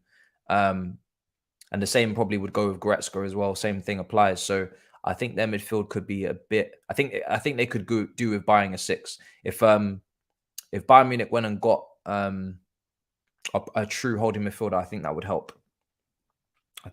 Funnily enough, right? Tuchel goes to Bayern Munich, and the 2 things I think he needs is a striker and a holding midfielder. And then same thing at Chelsea. He's on a yellow already. He can't dive in. Yeah. Oh, I know Kimmich is the sitter now. I know, yeah. And Goretzka's the one that they let move forward. But I would get a sitter and let Kimmich move a little bit forward, personally.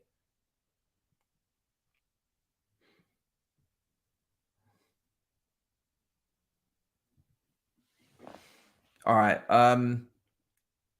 Corner. Oh, cleared away.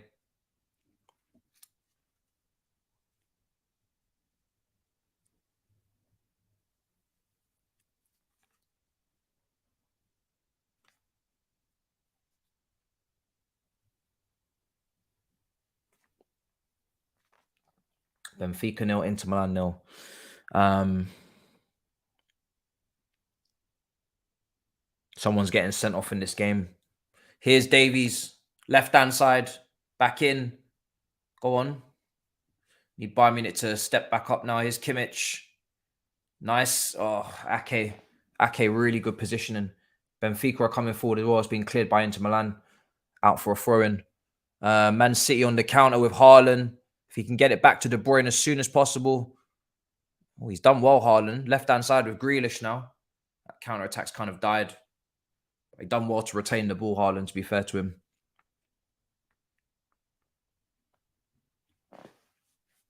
Bernardo. Here is Akanji. Akanji into Diaz. Now Ake again. Rodri. Effortlessly looking like he's got all the time in the world on the ball. Here's Akanji again. Now Bernardo. One more to De Bruyne. Really good play from Man City. Here's De Bruyne looking to whip it into Hairline. Oh, Upamecano. Oh, Sommer. Oh, what a save from Sommer. I think it was going to be a free kick anyway. Or maybe it wasn't. But what a save from Sommer. Could have been 2-0. Grealish is on the floor. I don't know what's happened to him. Maybe a collision. De Bruyne was the one that put the ball in. Deflected by De Ligt.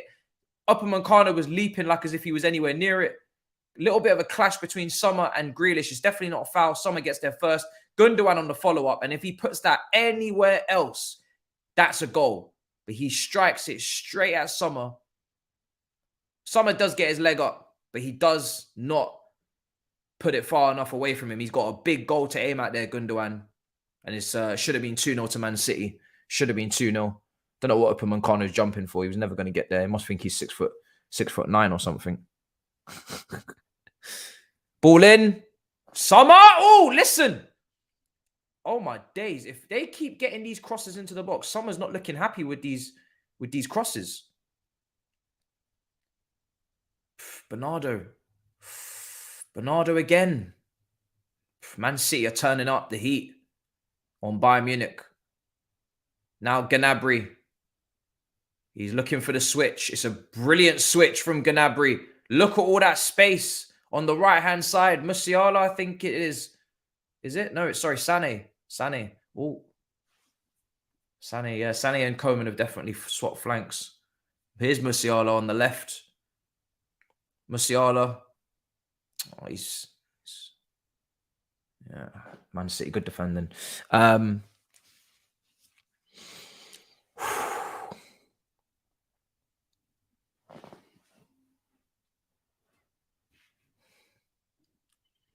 Here is Akanji. Now Stones. He's going to launch it forward. Looking for Hairline. Sommer's out of his goal. Headers it away. Risky play from Bayern. They managed to keep it under control. Here's Kimmich. It's a really, really good game. Davies is looking for the 1-2. He's now got Coman. Davis on the outside. He decides to cut in. What is he doing? He's left way too much. Gave way too much respect to Bernardo there. Yeah. This game's taken over now. It's a proper game, this one. It really is. Hopefully Benfica and Inter Milan get their shine, but this game is starting to take over.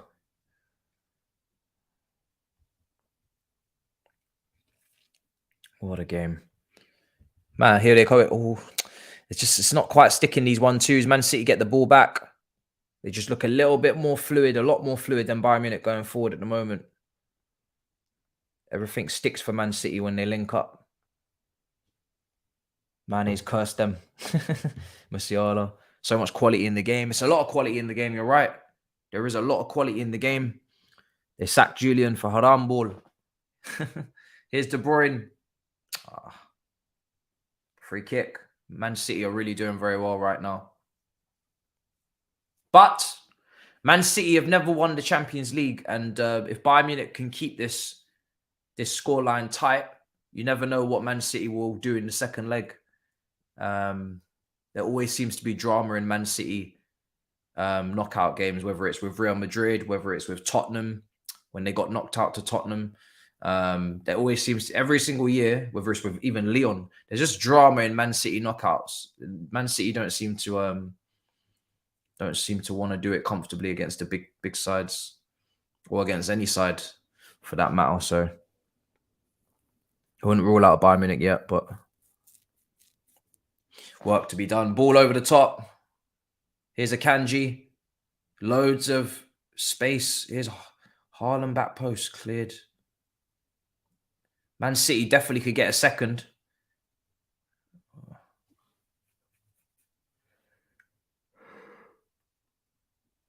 It's a bit of a struggle at the moment.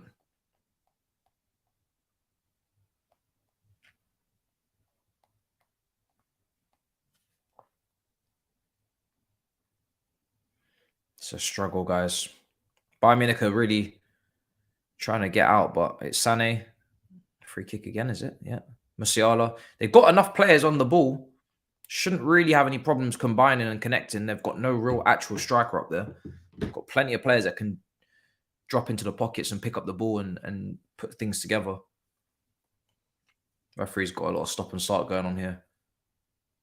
They're trying to play through Musiala as much as possible.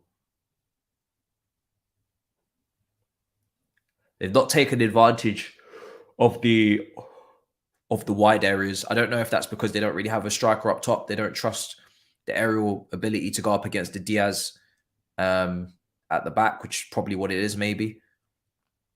They get the cross in. Do they really feel like can win the duel? But they're definitely trying to be as vertical as possible here. It's a good pass from Upamecano. And now, left-hand side, we've got Coman. Kingsley Coman needs to be a bit quicker on it. Sané. Tried it. Kimmich. Not testing Ederson enough at all with the shots. You need to take shots. You can see they're missing Thomas Müller a bit as well, maybe. Oh, it's got no focal point, really. Here's Coman.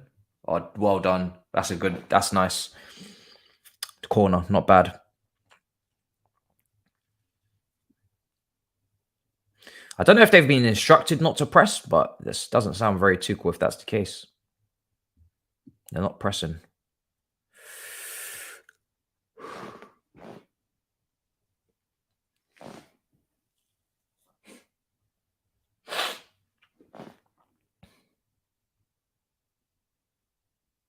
Hmm. 5 minutes. Ball in. Ball in again.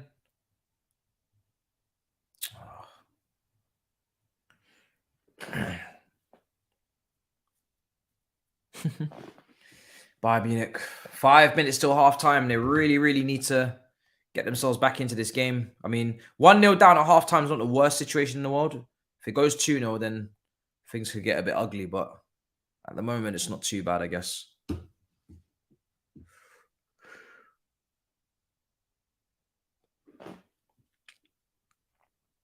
Tuchel ball belongs at Stamford Bridge.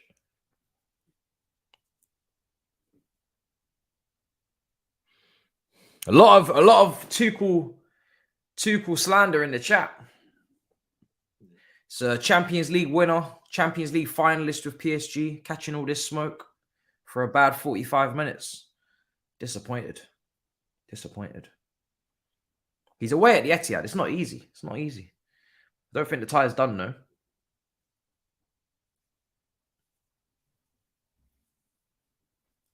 Two finals in the last 3 years. A lot of smoke. I'm seeing a lot of smoke.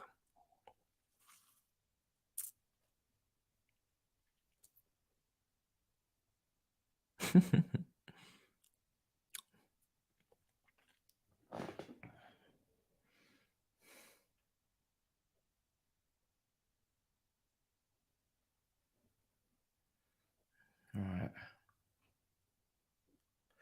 Yeah, a little bit of an exchange.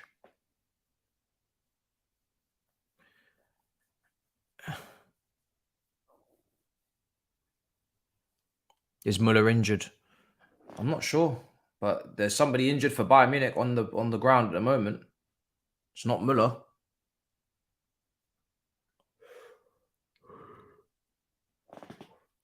Yeah, they definitely need Müller in the game. I don't know. I'll check the bench in a minute.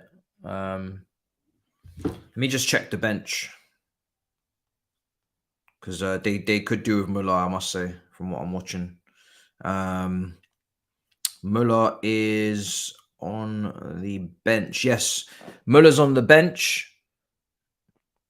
So is Mazzari. So is Cancelo. Didn't even know Daily Blind was at Bayern Munich. Completely forgot about that.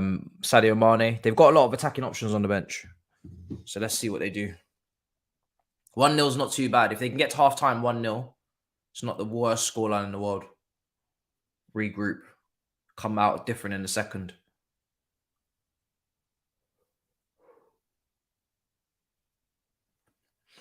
Oh, they've won it there. Musiala play it. Now Sané. Coman on the left. Yeah.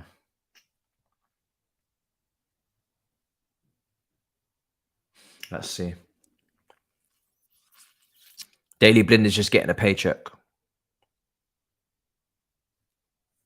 Insane to not start him.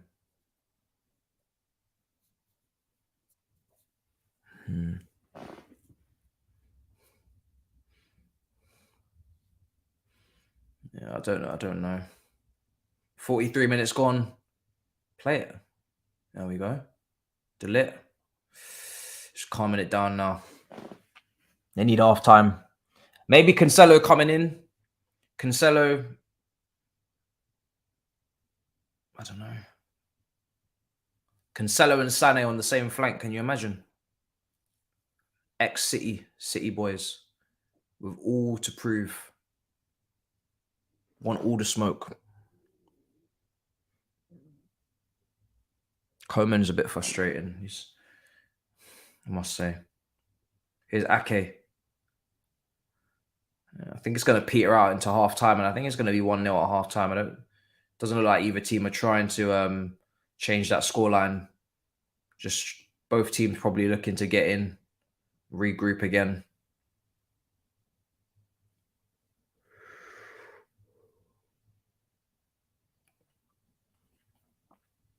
Edison clears. It's overhit pass. No, Cancelo's not cup tied. No, he's on the bench.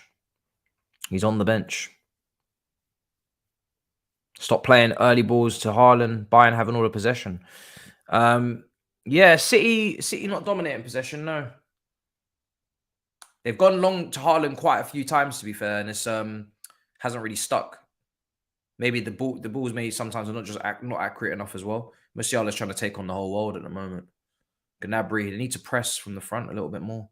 Then again, it might be strategic to not press from the front because they don't want City to play through the press, and then they're not compact, or maybe they don't feel like they can manage in the midfield if they press. So it might be on purpose, just sitting off City, let them have the ball at the back, and then try and break them down. So it's not the. Oh, look now, look at the gaps. Big tackle from Pavard. City were almost in there. Go on, play it. Left-hand side, wonderful. Here's Coman. Please do not screw this attack up. Kingsley Coman again on the left-hand side. Clips it, looking for the back post. Ake's been really good today. Nothing's come down that side at all. Ake's got everything. Pavard, go on. Come left. Look at the space for... Oh, what a shot. Oh, that's close. Leroy Sané, very, very close. Very, very close. Brilliant strike. He's on it today. Brilliant strike. So close. Just bobbing and weaving just past the post. Edison had it covered in the end, I think. But get Cancelo on. Get Cancelo on, I'm telling you. Get the ex-City players on because they want the smoke today. They're here for it. They're here for it.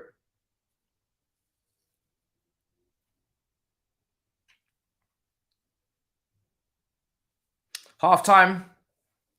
All that separates the two teams is a long shot from Rodri. A brilliant strike, really. No shots on target, though, for Bayern Munich in that first half. Really, really not testing Edison at all. I was thinking that earlier on. I didn't see one single save from Edison in that half. They're just not testing him. I think Coman on the left-hand side is a little bit of a... He's very inconsistent with what he's doing over there. He doesn't particularly want to use Davis on the overlap. I don't know why. They're trying to play through Musiala as much as possible. It's a lot of responsibility clearly on Young's shoulders, but he's trying his best. I think they could do with a Muller. I don't know if Mane is an option right now. I don't know where he is in his confidence and his form, but they definitely need something up there. Haven't really seen too much of Gnabry up top, to be honest as well. Maybe Gnabry could go and play off the left, Sané off the right, Musiala in the 10, and go and get a real striker up top. That'd probably be what I'd be looking at if you want to keep Gnabry on, but I haven't seen enough of Gnabry. I think just play Gnabry off the left, if I'm honest. Play Gnabry. If you're going to either take Gnabry off, leave Coman on the left, or bring on a striker and just take Coman off and leave Gnabry off the left, because Gnabry is a better shooter than Coman. So maybe if you're looking for somebody who's going to take their chances. But yeah, that's how I see it. I don't know how you would get Cancelo in. You probably have to wait until maybe later on in the game. I don't know. Defensively, if you really want to put him in a back four, it's a bit of a risk. Defensively, if City attack down his side, they know his weaknesses. But equally, if Cancelo is on that left, and say Sané's on the left as well, that could be a scary little partnership, I must say. You've got perfect balance there with Cancelo inverting and Sané holding the width, but I don't know if Tuchel's going to really look at doing that. There's no way there's empty seats at the Etihad in the Champions League quarterfinal. No way. Mane to come on for you. That's sensational liquid football from both teams. Haaland had some big chances. Yeah. So this is what elite football looks like. I think Bayern have had a decent amount of possession, 55%. I think not enough for me is sticking in the final third. Not enough is sticking in the final third. One big chance for City. No big chances for Bayern Munich in this game so far. It's not sticking in the final third. Three out of the 4 shots have been outside the box. Yeah. For me, it's not sticking yet. It's not sticking, but City will be happy. You know, Rodri's goal was ridiculous. It was a brilliant strike. Left foot curler right into the top corner. I need to see the replay to know if Sommer should have saved that. But one thing I will say with Sommer in that first half is I do think on crosses, he looks a little bit dodgy. I think if City can keep getting the balls into the box, if De Bruyne can keep crossing, you know, if they can keep getting the ball into the box and putting some good deliveries, I don't think Sommer looks particularly comfortable coming out. He's punching out a lot of stuff. And flapping out a lot of things. I think you could get some change out of him, it looks like, on those crosses. Saying Sommer's dodgy in general. Haaland. Yeah, and exactly. And then on top of that, on the ball playing side of things as well, Haaland closed down the crap out of him and almost forced him into an own goal. So Sommer is looking a little bit dodgy today. I don't know how he plays week to week, but he looks a bit dodgy today. Made a great save. He did make a great save. But that was all that I'm taking from his first half, because I remember a lot of moments of instability as well from him. A lot of iffy moments. But that was a great save. I agree.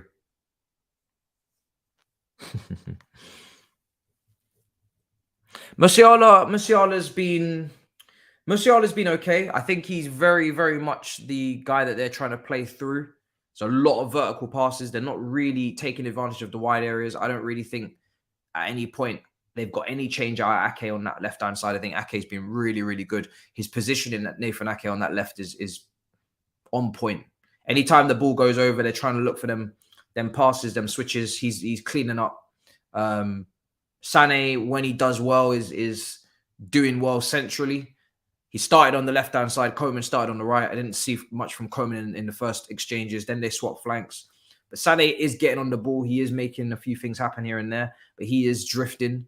It looks like Coman has been instructed, whatever flank he's on, to hold the width a lot more. When Coman's on the left-hand side, I don't really think he's taking advantage of the Davis overlap. quite a few times Davis has been making an overlap for Coman and he's ignoring him and he's cutting inside and he's not really doing much. He's not really doing much. I don't know if they need to swap flanks again. I don't know. Yeah, Davis. And yeah, David, we haven't really seen much from Davis going forward at all. He made a few runs, he's not getting the ball, and then he maybe give up after that. Where is this Bellingham news? I've not actually seen where this Bellingham news is. A lot of people are talking to me about Bellingham. Let's see. Is this some sort of bid? So this is the goal from Rodri. Let's see this other angle. Bernardo Silva into Rodri, left foot, checks. And left foot. It is. Let's see. Oh, this is the angle. Let's see. It's a great strike, man. It's a great strike. It's not a bad strike at all. It's hit with quite a bit of power. I think it is savable. I do think a top goalkeeper could save that. I see where you guys are coming from. It's a great finish. It's a great finish. I guess that's the difference maybe between a Sommer and an Alisson or someone. But yeah. Liverpool have called their interest in Jude Bellingham. Mason Mount would be the centre of attention if he leaves Chelsea. That's according to Paul Joyce. Liverpool have also been linked with the other targets such as Conor Gallagher.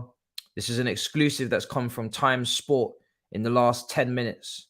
That Liverpool are calling their interest on Jude Bellingham. And that is going all over the TL right now. Just to confirm the report earlier, Liverpool have sent an offer to Dortmund. The roulette is open. That came from Norwegian journalist. A lot of links with Hairline. That's a completely contrasting report to what Joyce has said. So that Joyce Times news only broke in the last couple of minutes. The news that Liverpool had sent an offer to Dortmund was an hour ago. That's the news that you guys were talking to me about, I guess. So there's two completely different bits of news coming out.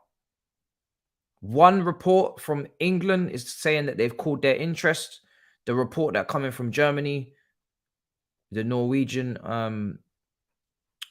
journalist is saying that they've called their interest. Jordan Henderson could also leave Liverpool this summer as well. That's from Kevin Palmer. I'm not really too sure on him. Wow.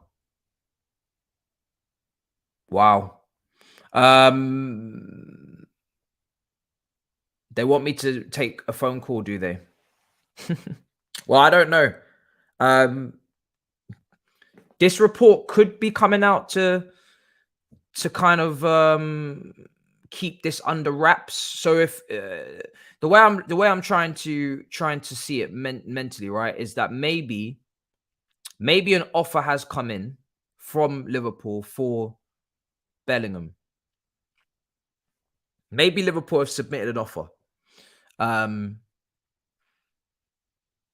But maybe after submitting that offer, the club have said that we don't want the news to be too public, that we've gone in with a bid for Bellingham. And for that reason, the club may have put out information to say that they're calling their interest to try and calm everybody down and to, more importantly, try and calm Manchester City down.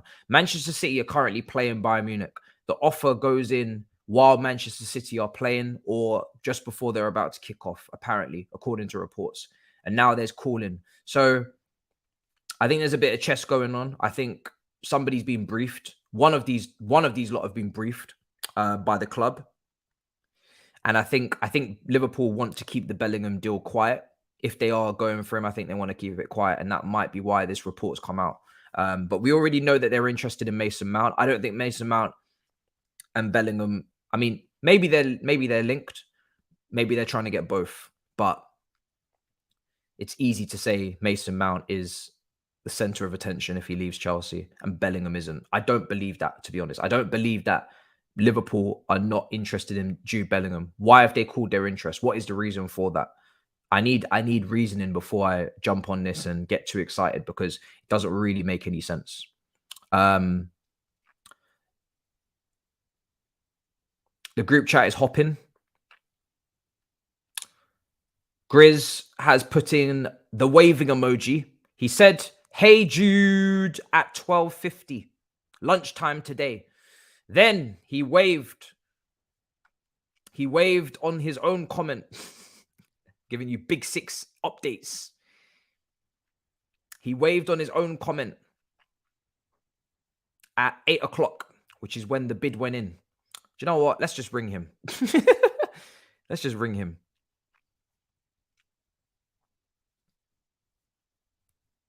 Let's see if he picks up.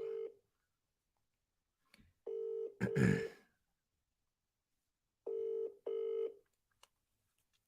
might be busy. And now people are responding in the group chat. And they're saying, "Bye, Jude." And saying, "Don't go anywhere." People are saying, "Don't go anywhere."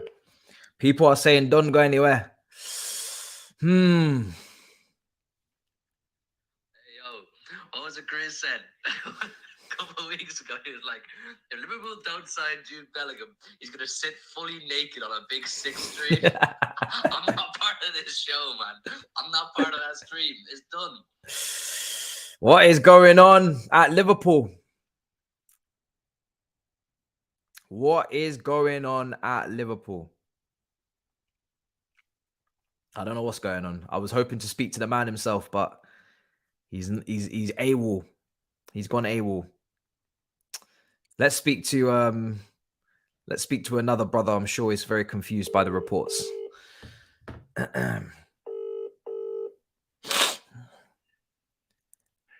Yo! Don't go anywhere. Don't go anywhere. He's gone somewhere. I tried to ring him. I wanted a quick update because I don't want to jump to conclusions. He's not responding. Bro, the community man didn't respond to me as well. He didn't respond to me.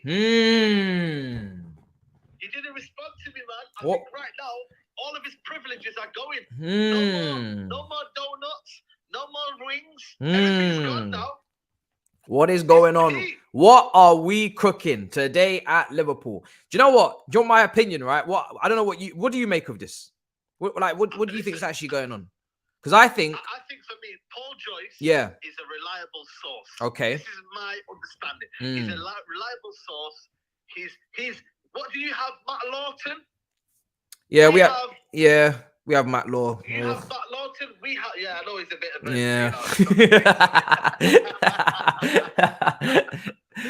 okay. We have Laurie Whitwell. This is their guy. Paul Joyce is their guy. But do you think? I think he's been briefed by the club. I think Liverpool have tried to put in a sneaky bid while Man City are playing, and I think they want to keep it hush. And I think the Norwegian dealer has baited them out because he's obviously got ties in Germany and ties with Dortmund from the whole Haaland news, because that's who the reports come from, the Norwegian journalist who knows Haaland's dad. So he's obviously got Dortmund connects now. And I think Paul Joyce has been briefed by the club to shut it all down and say that it's calling interest because they want to keep it silent. Because I just don't believe that they're going to call interest on Bellingham this early. I don't believe that. I think at minimum they would want to fake.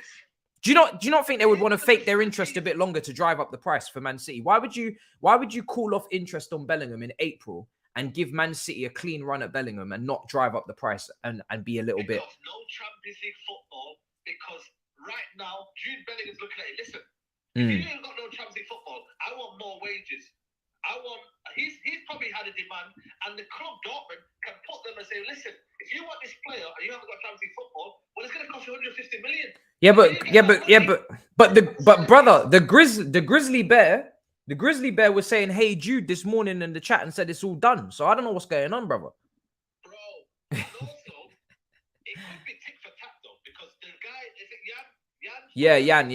Jan. He's that's him. Yeah. So basically, he said that Liverpool have made a bid, or Liverpool have tabled a bid. Yeah. So this is why I don't get it. He's quite reliable. I think they have. I think they have put in a bid. I think they have. I think it's very convenient that they do it when Manchester City are playing and when people are not really focused maybe on, Man City are going to they're going to be caught by surprise. Man City are not expecting Liverpool to put in a bid right now. That's That's why I actually believe that they did put in a bid. Then I think they've briefed their own journalist on the inside to put out the information that they haven't, or they're calling interest. It doesn't make any sense. Why would they call interest and go with Mason Mount as a preference, as a key target, when we don't even know who the next manager is, if Mason Mount's gonna be in the new manager's plans or not? He could stay, he could go. Mason Mount has no relation to Jude Bellingham whatsoever. They're completely different price ranges. To be fair, I think though, maybe because Jana Fornheit had put that out there, I think Liverpool have then put their guys to say, yo, listen, make sure you cool this off right now. Make sure you don't put this out there, because we don't want to be seen as putting a bid in or to remotely talk about the end of the season when we've not even finished the season yet. Oof. So it is way too early. So then they put basically Paul Joyce to put any rumours out. That's what's happening right now. Yeah. And it makes everyone feel like, yeah, they're not in it. And then later on, they do in the summer, then they're in for it, basically. Yeah. But listen, man, we got to run with this news, man. Bro, I'm gonna get back to the game, but brother, I'll ring you back if anything else happens. We'll talk about it, brother, because I don't know what's going on. We're active, bro. I'm here. I'm here, bro. Big up. Edison just made a big save there. Again, it just kind of hit him, similar to the save that Onana made in the Benfica game in the first half. For Inter Milan, it just kind of hit him in his chest. But yeah, we'll be keeping an eye on developments on the TL with all of that news. If Family Man rings us back, we'll be there no matter what. Interesting situation.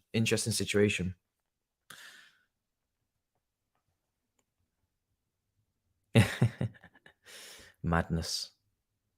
Absolute madness. I don't know what Hussam feels. But someone just tagged me. Quite a few people are tagging me in tweets saying that Hussam needs to shave his head bald.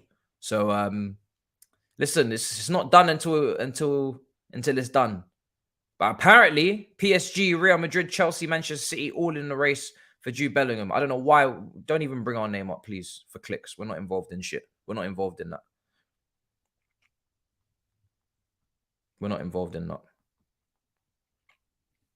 Here's Musiala. Late tackle from Bernardo. He's definitely got to take a card for that.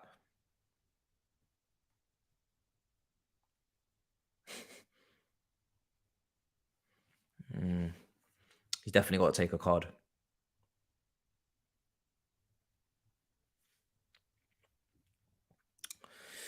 All right.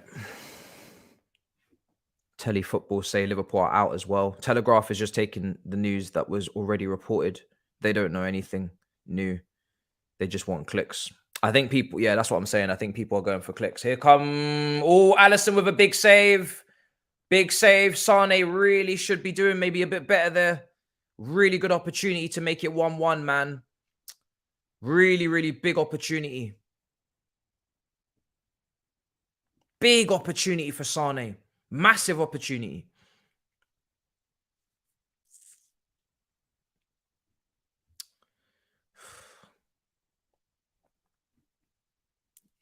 Hard and low. He was aiming for the bottom corner. He's gone to Edison's left. We know Edison's probably left-handed. Probably maybe should have gone down the... Sorry, not Alisson. Edison, sorry. Brilliant save. Ali what?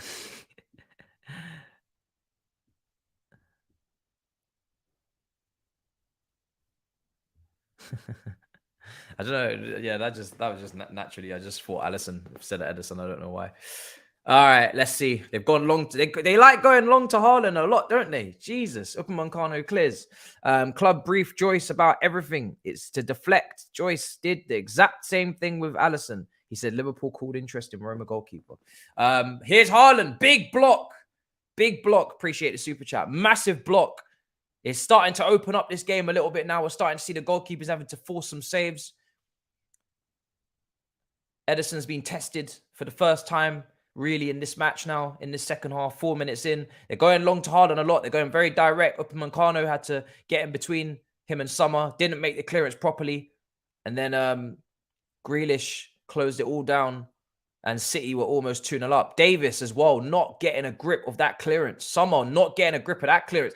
That whole passage of play from Bayern Munich was horrendous. The defending from Davis to Summer to Upamecano, all three of them tried to cost Bayern Munich a goal. All three of them nearly gave a goal away there for Bayern Munich. Shocking. Shocking.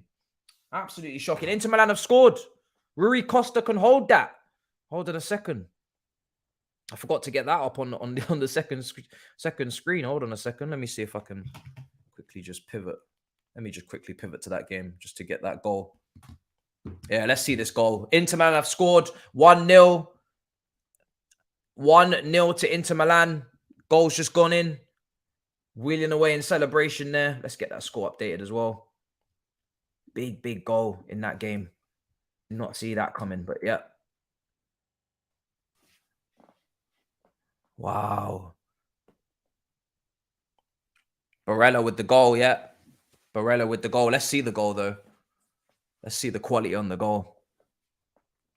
So, left-hand side, cross came into the box. Everybody's on side. Ball in, loads of... Oh, the amount of players at the back post for Inter Milan. Ball came into the box. Barella back post header, far corner. Brilliant header to header it back across the goalkeeper. But you can see Edin Dzeko is there as well. Just so many options on the back post. Benfica all paying attention to the front post. Nobody on the back post. I don't know if a fullback's failed to get back. Grimaldo, that's his side. Nobody seems to be back there to help out. I don't know what's going on for Benfica on the back post there. Massive, massive, massive, massive lopsided defense there. So Benfica are 1-0 down. Let's see how that goes. But I'm going to get that up on a second screen anyway. I was so focused on the Bellingham stuff, I forgot about Benfica to run them back up. Let's see.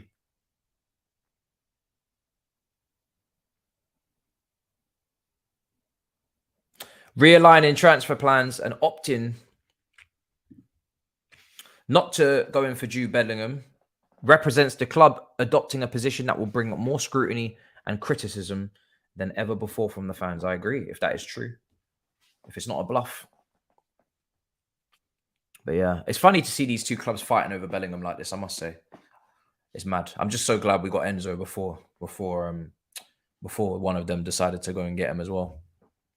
Now we can just focus on getting a 6, hopefully. But hopefully Southampton just get relegated, just get Lavia. Here we go. Oh, switch of play. Header. Oh, here we go. Bayern Munich. Gnabry. Oh, Gnabry, man. Gnabry. Oh, geez, Gnabry. What's going on? Never had control of the ball. Here he is. Sané. Whoa! Sané is a baller. I don't care. He's a baller shot caller. Baller shot caller. Sané is so good to watch, man. His technique is always there. Great ball striking technique. He's just such a quality player, man. He's really trying to test Ederson. His shots are ridiculous, man. I love watching him, honestly. He's a quality player. Absolute quality player. Just a joy to watch. What a strike. Great save from Ederson. Yeah, Ederson's stepping up. Right-hand side, good switch of play. Here's Kingsley Coman. He uses Pavard.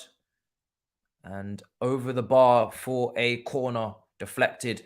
Bayern Munich starting to really turn it up in this second half. The amount of opportunities they've had in comparison to the first, where they had 4 shots and none on target. Second half, they've already tested Ederson a good 2 or 3 times. Really, really good play. Coman back on the right-hand side now, which is good to see. Sané playing a free roll, it looks like. That shot was dipping, bobbing and weaving. Corner now. Can they get a good delivery in? I'd love a little goal here for Tommy T. Oh, what a block. Oh my God. It should be 1-1. Manchester City defending for their lives on the line. They're defending for their lives on that line. Ball came into the box, headed in, but De Ligt blocked. And oh my goodness, blocked twice. I think that first block, let's just take a look at this. It's a brilliant block from Ake. Ake's been outstanding today. Ake made the first block. Second block came in as well. It wasn't a save from Ederson. And the corner's going to come in again. And they're struggling aerially. They've got a lot of De Ligt. Yes, now with Ederson. Man City, they need to take a breather. But Ederson goes and clears it long. He's looking for the... Oh, what a great bit of goalkeeping from Sommer. Almost. Ederson wanted to go route 1 there. De Bruyne's down. Sorry, Gundogan's down injured. Ake's having a blinder of a game. Honestly, he's having an absolute blinder. He is saving City in some circumstances. He's really, really good. And Ederson's distribution. Thank you for mentioning it. What a clearance that was to try and find on the counter attack. Brilliant, brilliant ball. I think Man City players probably wanted him to actually just keep it calm for a second and keep the ball after the pressure that they've been taking for the last 10 minutes. I think they would rather just keep possession and slow the game down a little bit, take the sting out of Bayern Munich's attacks.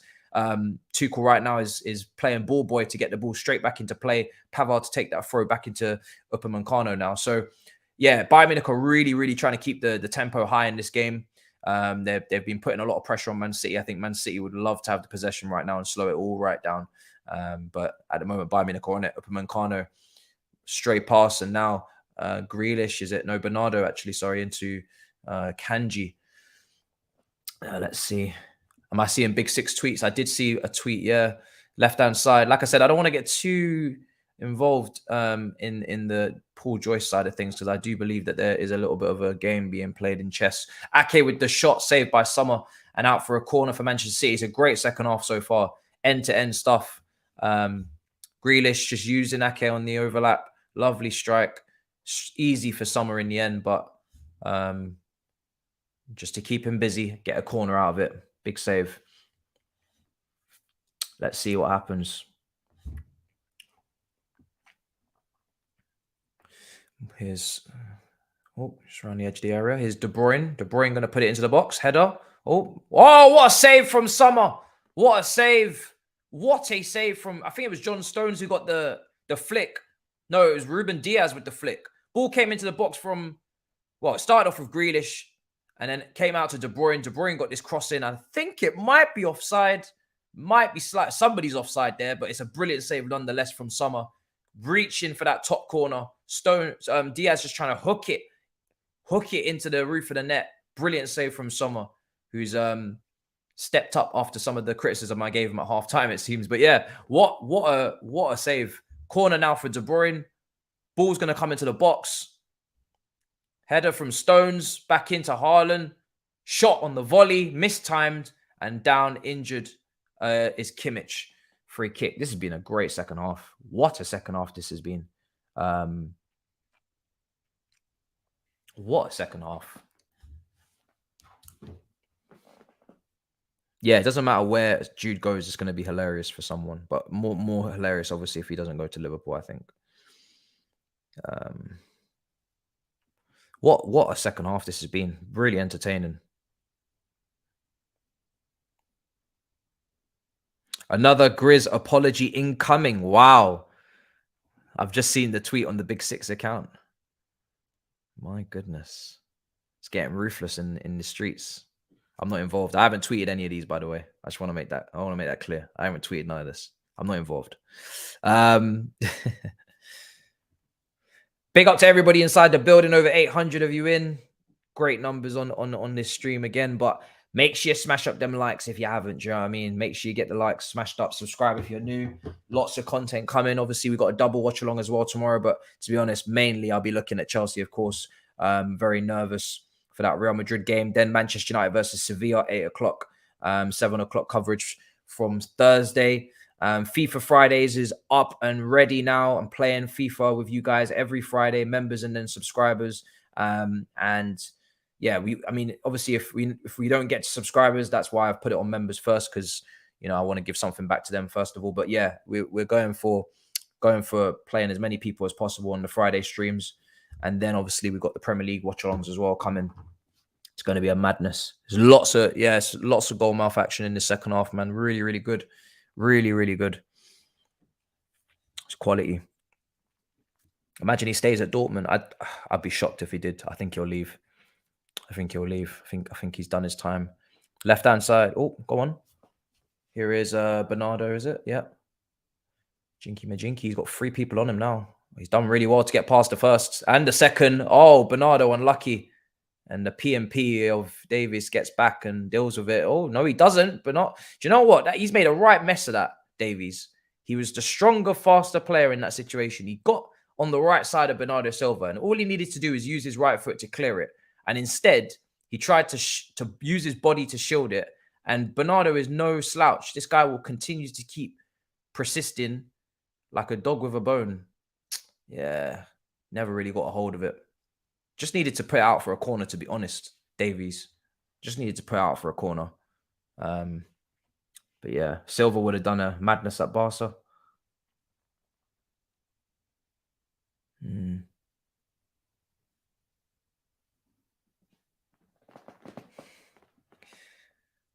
Here's... Oh, good tackle. Haven't really seen many shots from Haaland today. Davis. Oh, now we got a counter now. Davies run out of room. Does really well. Tackled Bernardo. The work rate that Bernardo is getting through on this right-hand side is fantastic. Here's Kevin De Bruyne. Scuffy, very scuffy cross. Unlike him. Falls over in the process. Back on his feet now on this right-hand side. He's onside. Rodri, it's a brilliant game. Tempo's gone way up. There's a lot more on it. Bayern Munich, obviously, now, second half, they've been given a rocket by Tuchel to step it up and really push forward now and get bodies forward. It's just opened up the game really, really well. Open up the game. De Bruyne. Oh, what a pass to Haaland. Haaland. Clipped. Trying to go left. Brilliant defending from Pavard. Saw the danger. Grealish. Man City are very, very, very, very good at getting the ball back, man. The counter press is strong the last 5 minutes. Bernardo is getting through. Great work on that right-hand side. He's not giving them room to breathe. And then you just got De Bruyne doubling up with these crosses. Big overload over there. I think Tuchel would want to do something about that if he can, because they're getting a little bit outnumbered.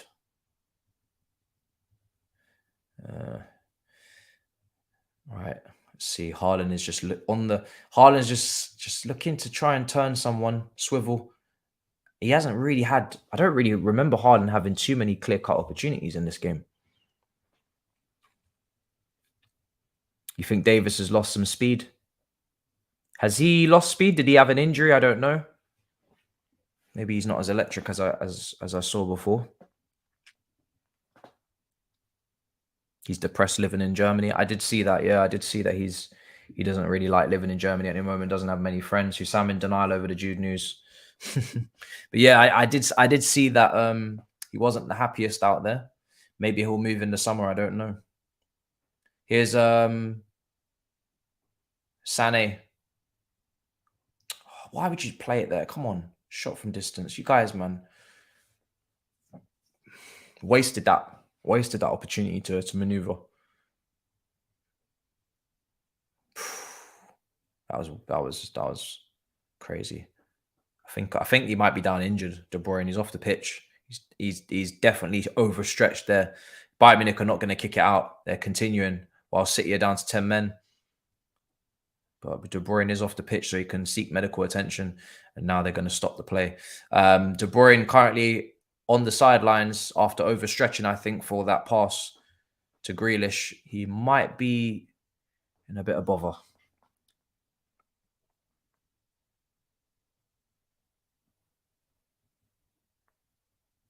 All right. So he's really been going through it, Davis. Health problems as well. Okay. He's still very young. Still very young. Kind of exploded onto the scene. Literally exploded onto the scene. So if he's going to go through a patch of problems, you know, then it's understandable that he's not going to be at the top of his game throughout his whole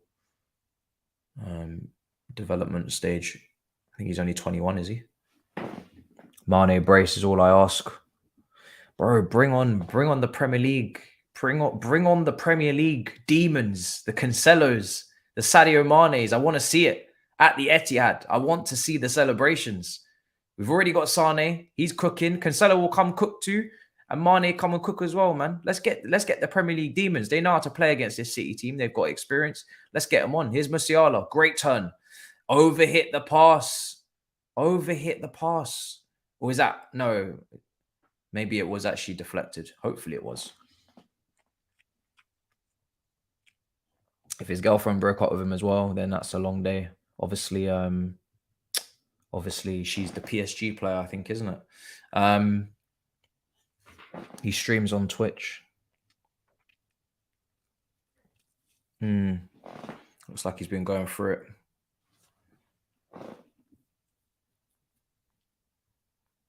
Yeah, it's long, man. Sounds like it's rough for him right now, and he's young as well. Do you know what I mean? So, Sane's standing over this corner.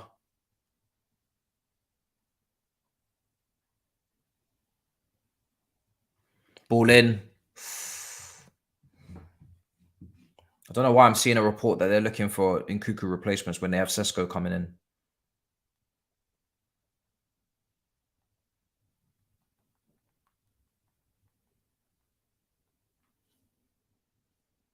Strange. Very strange report, because Sesko's literally just signed from Salzburg, so I don't really understand that one.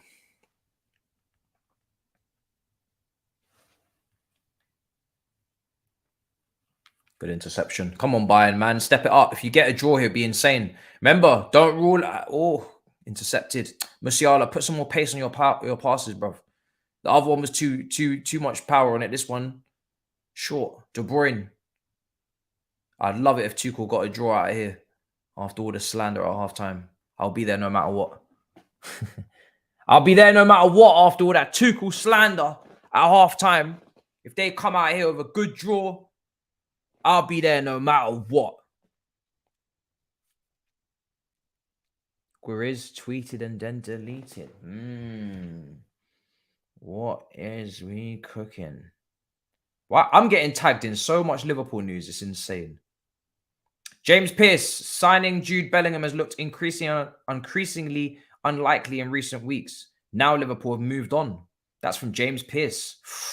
Woo! Shit! It's getting hot. It's getting hot. Liverpool is getting hot over there in Liverpool, you know. It's getting very hot. Mane's coming on. Go on, Tommy T. Make my day. Alvarez is coming on. Pep is responding. I think he might take Hairline off. Haaland's not really involved. Oh, he's taking off De Bruyne. Oh, Pep. Oh, Pep. Oh, what's going on here? What do we have here? Musiala struggling.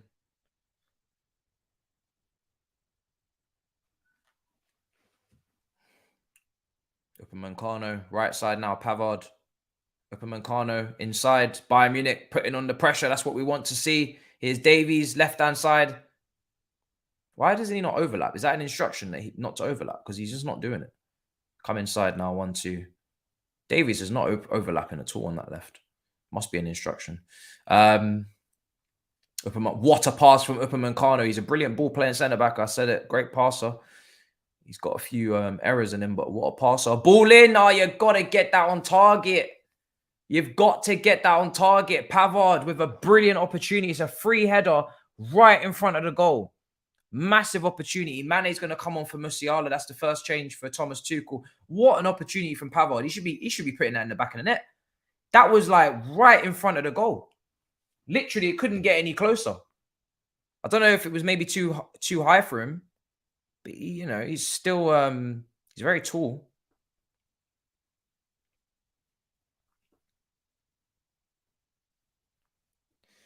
Oh,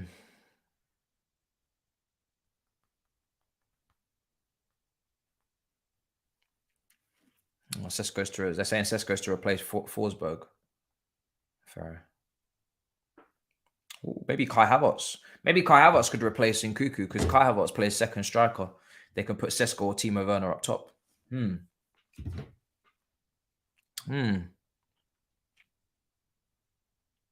wouldn't be too bad. Here's Hairline. Why did he clip it? Oh, that's why he clipped it. That's why he clipped it. Oh, shit. 2-0. Oh, damn. I was wondering, why did he clip it? I was like, why is he not taking that shot? He hasn't had many shots this game. He's clipped it back post for Bernardo. And he's headed it into the back of the net for 2-0, 20 minutes to go. Wow. Wow. Upamecano, after playing a nice pass, has decided to do a stinky. We spoke about it before the game. Here he is, giving the ball away for no reason. For absolutely no reason. Hairline, fantastic awareness. And Bernardo Silva with an incredible header. Upamecano, Bozo Gene, I've spoken about it before. This guy, he can pass the ball, but he is so suspect. And that there is potentially a very defining goal in this tie, I think. Keeping it down to a goal is important. 2-0 is a very, very big problem for Bayern Munich. Wow. Upamecano, what have you done? What have you done? Upamecano.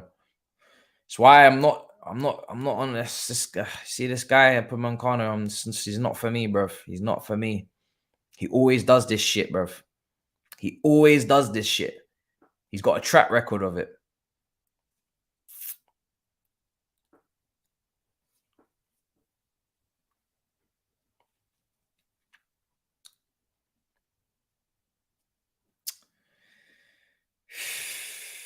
Wow.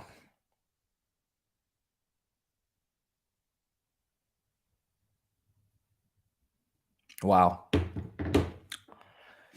19 minutes. Here's Hairline. They could make it 3. If they make it 3, Gundogan. Oh, almost. Yeah, listen, if City get a third, it's wraps. Ball in. Back post. Headed away by Davis. They're on the ropes now. And it's funny because Bayern Munich had a good spell in this second half where they were looking like they were going to put some pressure on City and maybe get an equalizer. But when you have a centre-back who is capable of doing something like that, and again, people would like to blame Tuchel for that, but if you actually watch the game, that second goal is all individual error. It's got nothing to do with the system or the coach.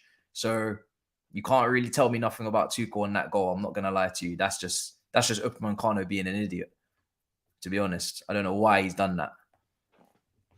Nagelsmann is laughing.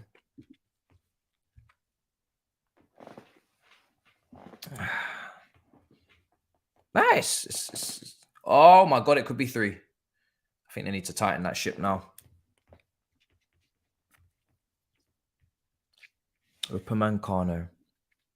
He shouldn't pick him, maybe. Who are the other options, though? I think Lucas Hernandez is injured. You can only pick what you have.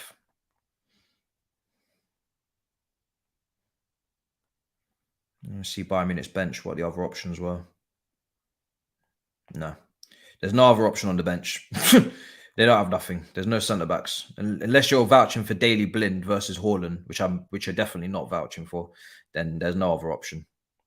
There's no option. Don't even recognise half these guys. They're all youngsters. So, yeah, no choice. All I know is that this brother in the French team with all of the young, good French centre-backs coming through is a crime. It's a crime. So many good young centre-backs coming through, man. You got Saliba, you got Konate, got Fofana, all these good young centre-backs. If I see Upamecano starting in that French team, if I see Upamecano starting in that French team with all of these young centre-backs coming through, I'm not going to be very impressed.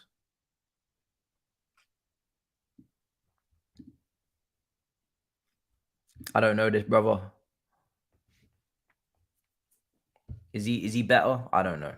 I don't know if he's better.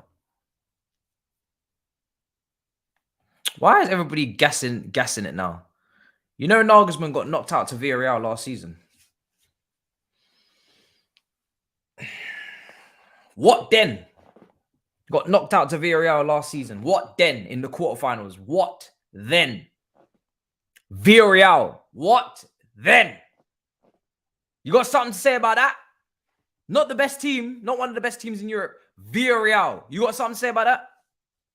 Oh, Villarreal, a good team, but Man City are not a good team. Okay. I see the agendas. Okay, I see them loud and clear. So Villarreal are a good team, but Manchester City are not. Okay. And okay. I hear it. Nearly 3. Here's Gundogan. Oh, what's going on? These lot are going to get destroyed if they're not careful. Oh, what a save from Sommer. Cleared by Davies. Cleared by Davies. Damn. I don't know. Damn. Villarreal just beat a second string with Real Madrid. Don't be so shameless. Go and look at the Real Madrid starting 11 in that game. Don't be so shameless. Do not be so shameless. I know Real Madrid rested players in that game. Do not be so shameless. Villarreal is Villarreal. And Villarreal are not in the same conversation as Man City. Do not even try it.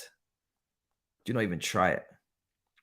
Look at that Real Madrid lineup. Some of you are crooks. It's not the worst lineup, to be fair, but it's got Salibos in it. It's got Asensio in it. Tchouameni's just come back from injury.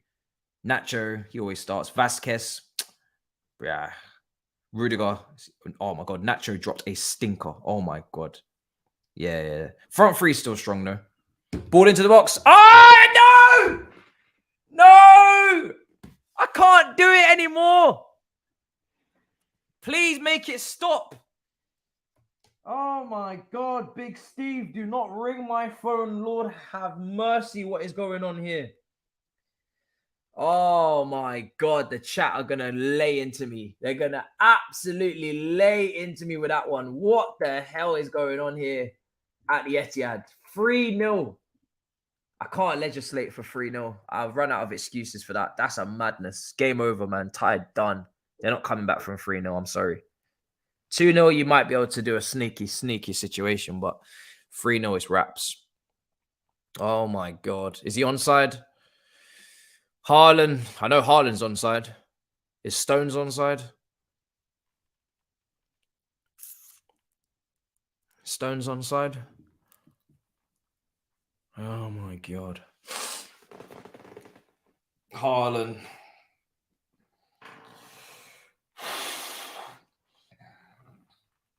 Oh, dairy me.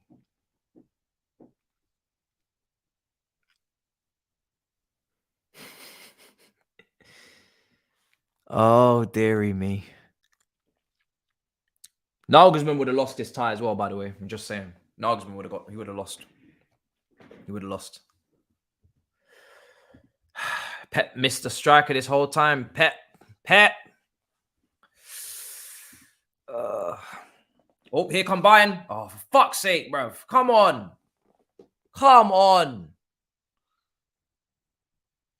Here comes City. Oh, my God. Please make it stop. Here's Grealish. Oh, look at the space. Grealish. He's going to make the right decision. Ball in. It's a good cross, you know. It's not bad. It's not bad at all.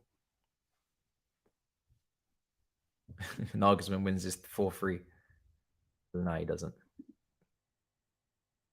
Hope you're not going to jinx Chelsea. Bruv, fuck Chelsea, bruv. Man said jinx Chelsea. Are you crazy, bruv? Man said jinx Chelsea. What do you mean, like in a positive way? Bruv, Chelsea have no chance, bruv. They don't stand a chance. It doesn't matter what I do. Doesn't matter what I do with Chelsea. It does not make a difference. I could do whatever I want. It's not going to do nothing. I could jinx them. I could say they're going to win, lose, draw. The same outcome regardless. These men don't stand a chance.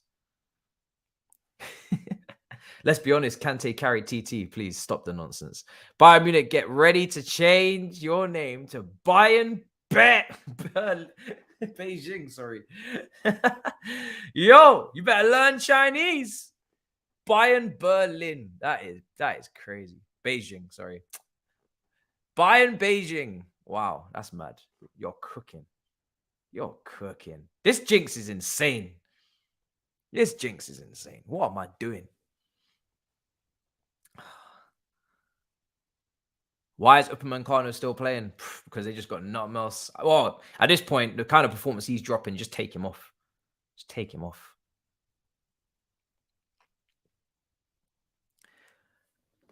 Yeah, I know, but like saying you got to learn Mandarin doesn't slap the same. So that's why everybody's just saying Chinese, you know?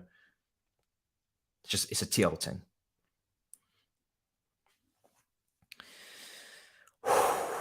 Maybe I need another therapy session.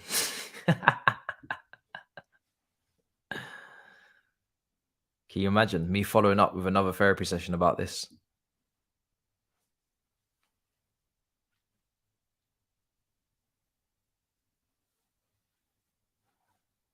Ex-wife is getting cooked.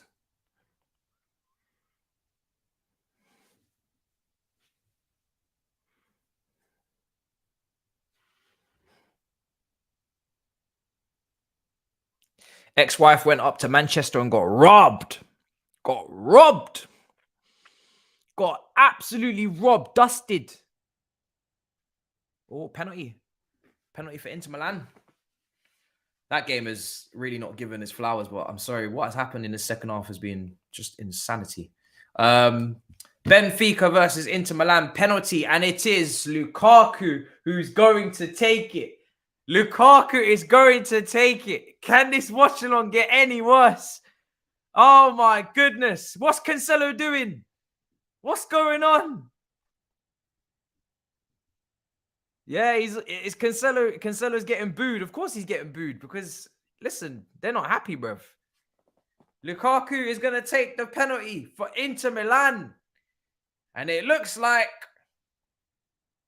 he's going to score it. Nah, this live chat's going to be just cooking me now, isn't it? Lukaku to take the penalty for Inter Milan to put them 2-0 up against the Portuguese leaders in Benfica. He puts it into the bottom corner and he salutes and shushes the crowd. Inter Milan are 2-0 up at Benfica. The whole bench has come to swarm the pitch. In fact, let me pick up my mic and tell you that this is a good thing. Lukaku has scored and I am so happy, more than you can believe, because maybe Inter Milan now are going to understand that they need this man. They need to purchase him from Chelsea in the summer. Lukaku is back and he's better and he means business. Inter Milan, buy him tomorrow. This guy is your savior. Let him lead you to Champions League glory, please. Inter Milan, this is your striker. You must purchase him. You must purchase him. Purchase him. Yeah? 100%. And big him up as well because he had to deal with a whole heap of racism as well in the Serie A game. So I'm glad that he's shaking that off. Big him up. Let him score. Let him score to his heart's content. I want more goals for Lukaku. Get him more goals. Let's do it. Oh my goodness. Or maybe it will turn into a front two second striker system within Kuku and Lukaku at Chelsea. Lord Jesus. That will backfire. Mud. All right, so it's 2-0. Let me change the score. Wow. What a day. What a day. What a game. What a game. And what's going on at the Etihad? Let's see. Because I know Cancelo's just come on, apparently. And it's causing a little bit of a ruckus. Oh, good save. Summer. All right. This might be City's year. Everybody says it every year, though, don't they? Inter Milan are broke. Yeah, that's fine. They don't need to be rich. They can have him for free. They just need to want him. I don't need them to buy him. They just need to want him. They can have him for free. He's off the wage bill. That's the most important thing. They're talking to me about Lukaku and Kuku front twos next season. Oh, Jesus. Second striker. This is why we need Enrique. Yeah. Let me just tweet. We need to bring in Enrique, not Nagelsmann. Nagelsmann's going to go some front two bullshit. Yeah. Nagelsmann's going to put us in the mud.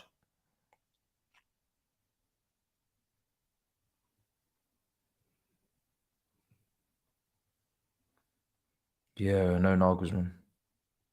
Because Enrique wouldn't dare.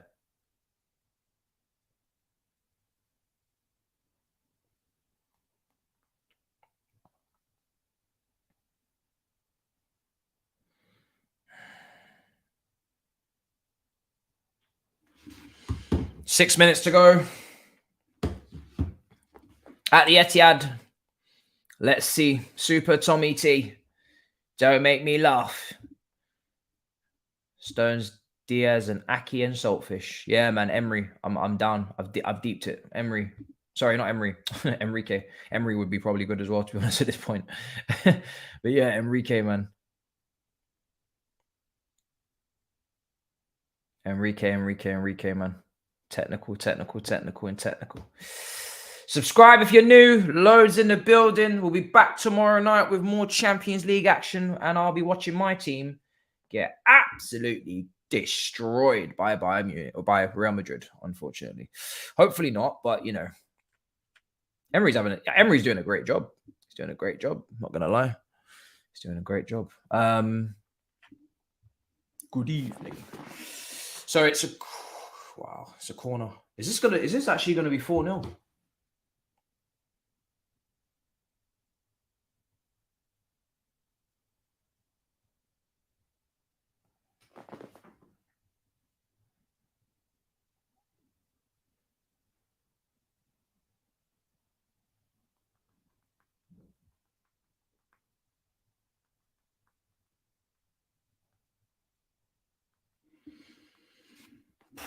Wow.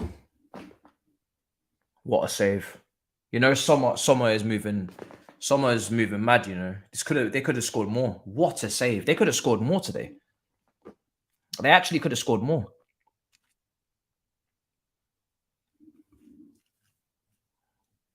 Four minutes. If this is 4-0, this is going to be wraps. Ball in, headed away. Man City knocking on the door. Who's this Upamecano guy? He's awful. He's playing awfully. He's absolutely horrendous. He's horrendous today. Tommy Tapping Tuchel. Matisse, you had one job. Where's your manager? Where's your great manager? Where is he? Listen, I know Upamecano. Yes. Did a mad mistake. Speak on it. Upamecano tax. Upamecano tax. It should be 2-0. Tonight, what's the plan? What's the plan, Matisse? We don't have a plan.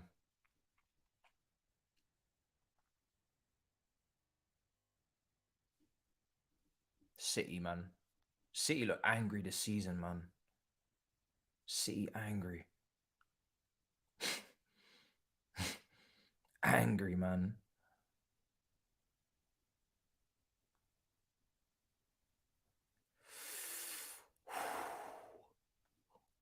Man am I saying that Tuchel needs to go back to India? That's crazy.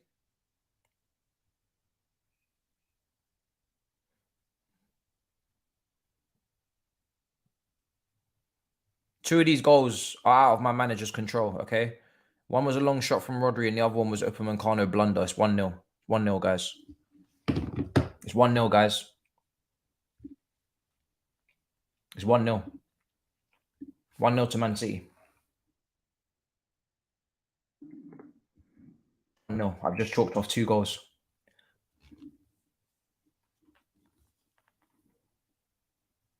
Yeah, it's the third blunder as well. Now I'll just make it 0-0.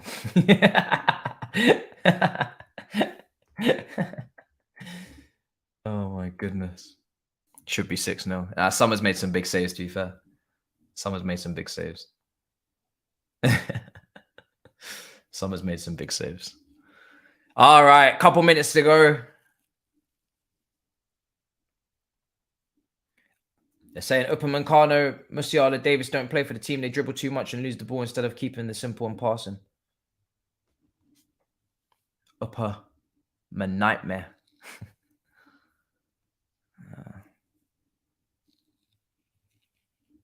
Bastoni's putting in a shift. He's one of the best centre-backs at the moment.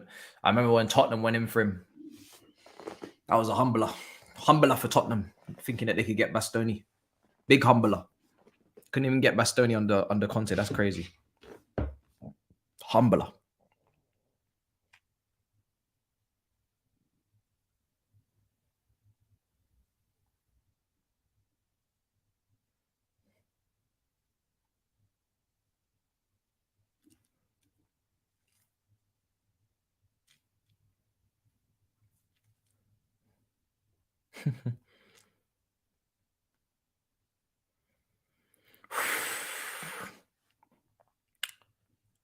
Upamecano even drawn to the ball rather than tracking Hairline for the third goal. Wow. His head hasn't been in the game since the miscommunication with someone, which almost led to a goal. Temperamental issue. This has been happening in other games where he makes several errors. I must say, Upamecano today has been a disgrace. I must say, absolute disgrace. It's just been a shocking performance. I've never seen one player. Well, I have seen one player do a madness like this before, but this is insane. This is actually insane. People are saying the season is scripted. We're going to win. Arsenal are going to win the league. City are going to win the Champions League, and United are going to win the Europa, and we're going to finish 14th. If that happens, I think I'll cry. I think I'll cry.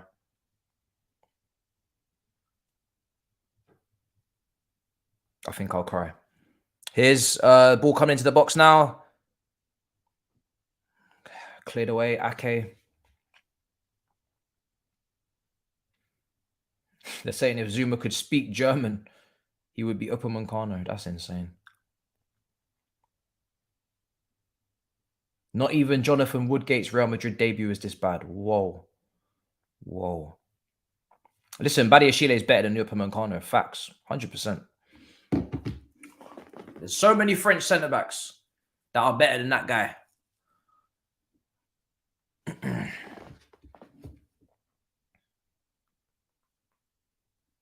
I'm going to list French centre-backs. Let's do it together. Let's list. I'm going to do a tweet on it. Listing French centre-backs better than Upamecano. All right? So let's do this together. Let's do this together. Let me make sure that I spelled his brother's name correctly as well. I want to ruin a good tweet. Let's do this. So we got is Kunde better? Is Kunde just being mentioned in the chat? That's an interesting one. I'm gonna name the obvious ones. All right.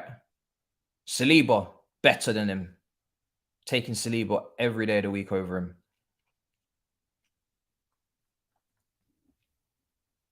Badiashile better than him.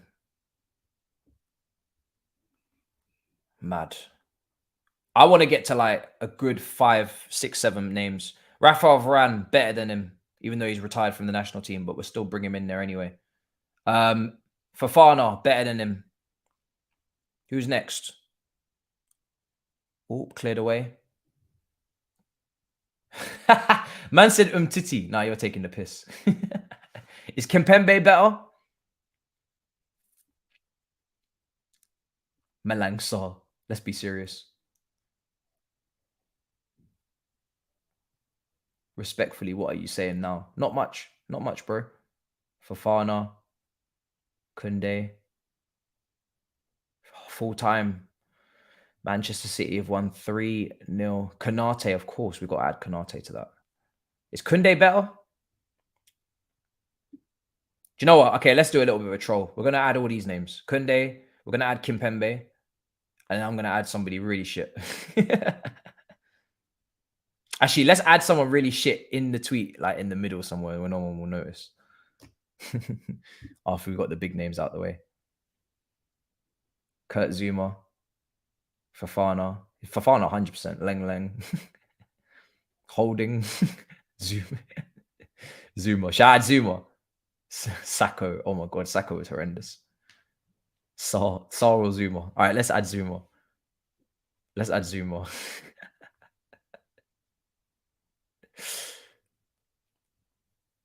Gallas.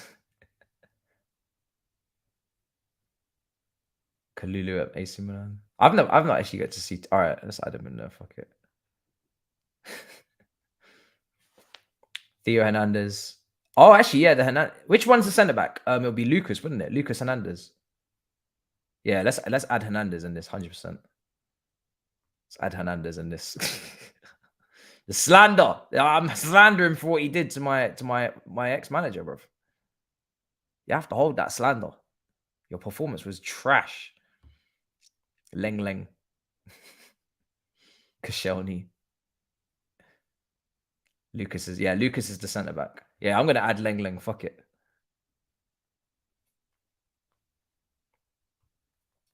Leng is going in there. Squillaci. Yo, Squillaci is that's just insulting.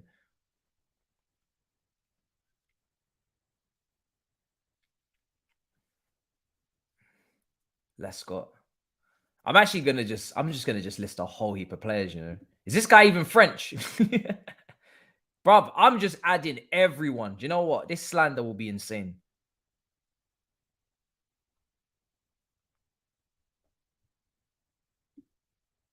Yeah, I'm definitely adding him. And I'm adding the AC Milan guy as well. In fact, let's keep this serious. Let's actually keep this serious. Because I'm actually fuming. Does this guy play centre back? Who does he? Can't believe this has happened. What a shocking performance, honestly. What a shocking performance. Man, am I saying Eddie and Nketiah? Rami, oh my God. Hold that, you shameless Matisse. Okay, I will hold it. I will hold it, man. I'm very, very disappointed right now. I'm not going to lie. This was not part of the plan.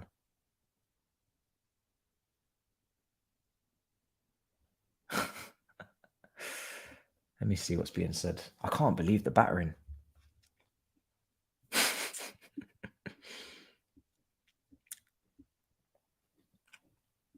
All right, we're going to add one stupid name, but I'm going to take out Leng Leng and I'm going to take out Zuma because I want it to be somebody that's not even kicking ball anymore. Squalacci or Kashani, which one? No. Someone's put a name in there. Jemba Jumba. Tuchel hype. Why are they spamming Tuchel hype in my damn comments? Who sent you lot? Was it Saeed? Saeed definitely sent them. Yeah, he's a right back. That's what I thought. Bro, Saeed has definitely sent you lot to come and troll me, man. Oh my God. Look at this. Look at all this spam. Look at all this spam. What is going on, bruv? I can't even read the chat. This is a shambles. This is actually a shambles, guys. Half of this is Upamecano's fault. He's at fault for both the goals. So we lost 2-0. We lost 1-0, sorry. As far as I'm concerned, we lost 1-0. We lost 1-0. Half of this is Upamecano's fault, which is why I'm slandering him at this very, very minute. Half of this is Upamecano's fault.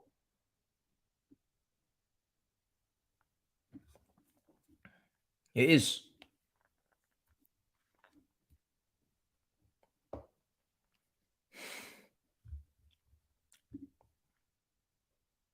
Aboué. He's not even from France. I'm going to slander him. Yeah, I've slandered him now. He has to hold that smoke. Did I not even include Laporte? Oh, but Laporte plays for Spain, so I think he is French, but he chose Spanish nationality. So he actually, yeah, they've escaped. He's escaped.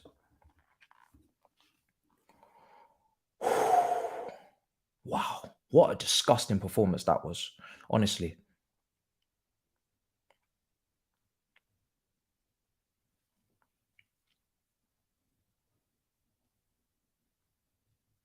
So angry. What a disgusting performance. That's Bayern Munich out of the Champions League now. That's them out of the Champions League now. Completely out. There's no way they're recovering that. They're not recovering that at all. No chance. They've had proper brain farts.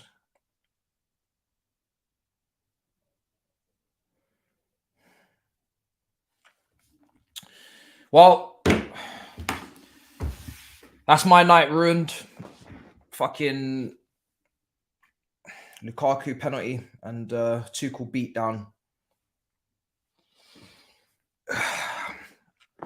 All I have to say is Upamecano's a fraud. We don't claim you because I'm Matisse and my name's French. We don't claim you anymore. You won't be going to the Euros or the World Cup, next World Cup. And I hope that you're not selected in the second leg. You're horrendous. And any Liverpool fans laughing, you can hold that because Bellingham's not coming.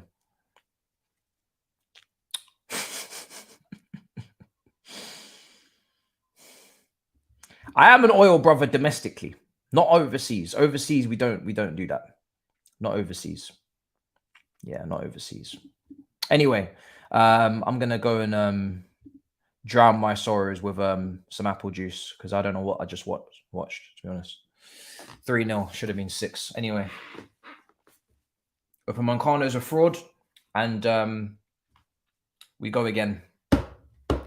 We're going to win the Bundesliga. All right? We're going to win the Bundesliga. Perfect.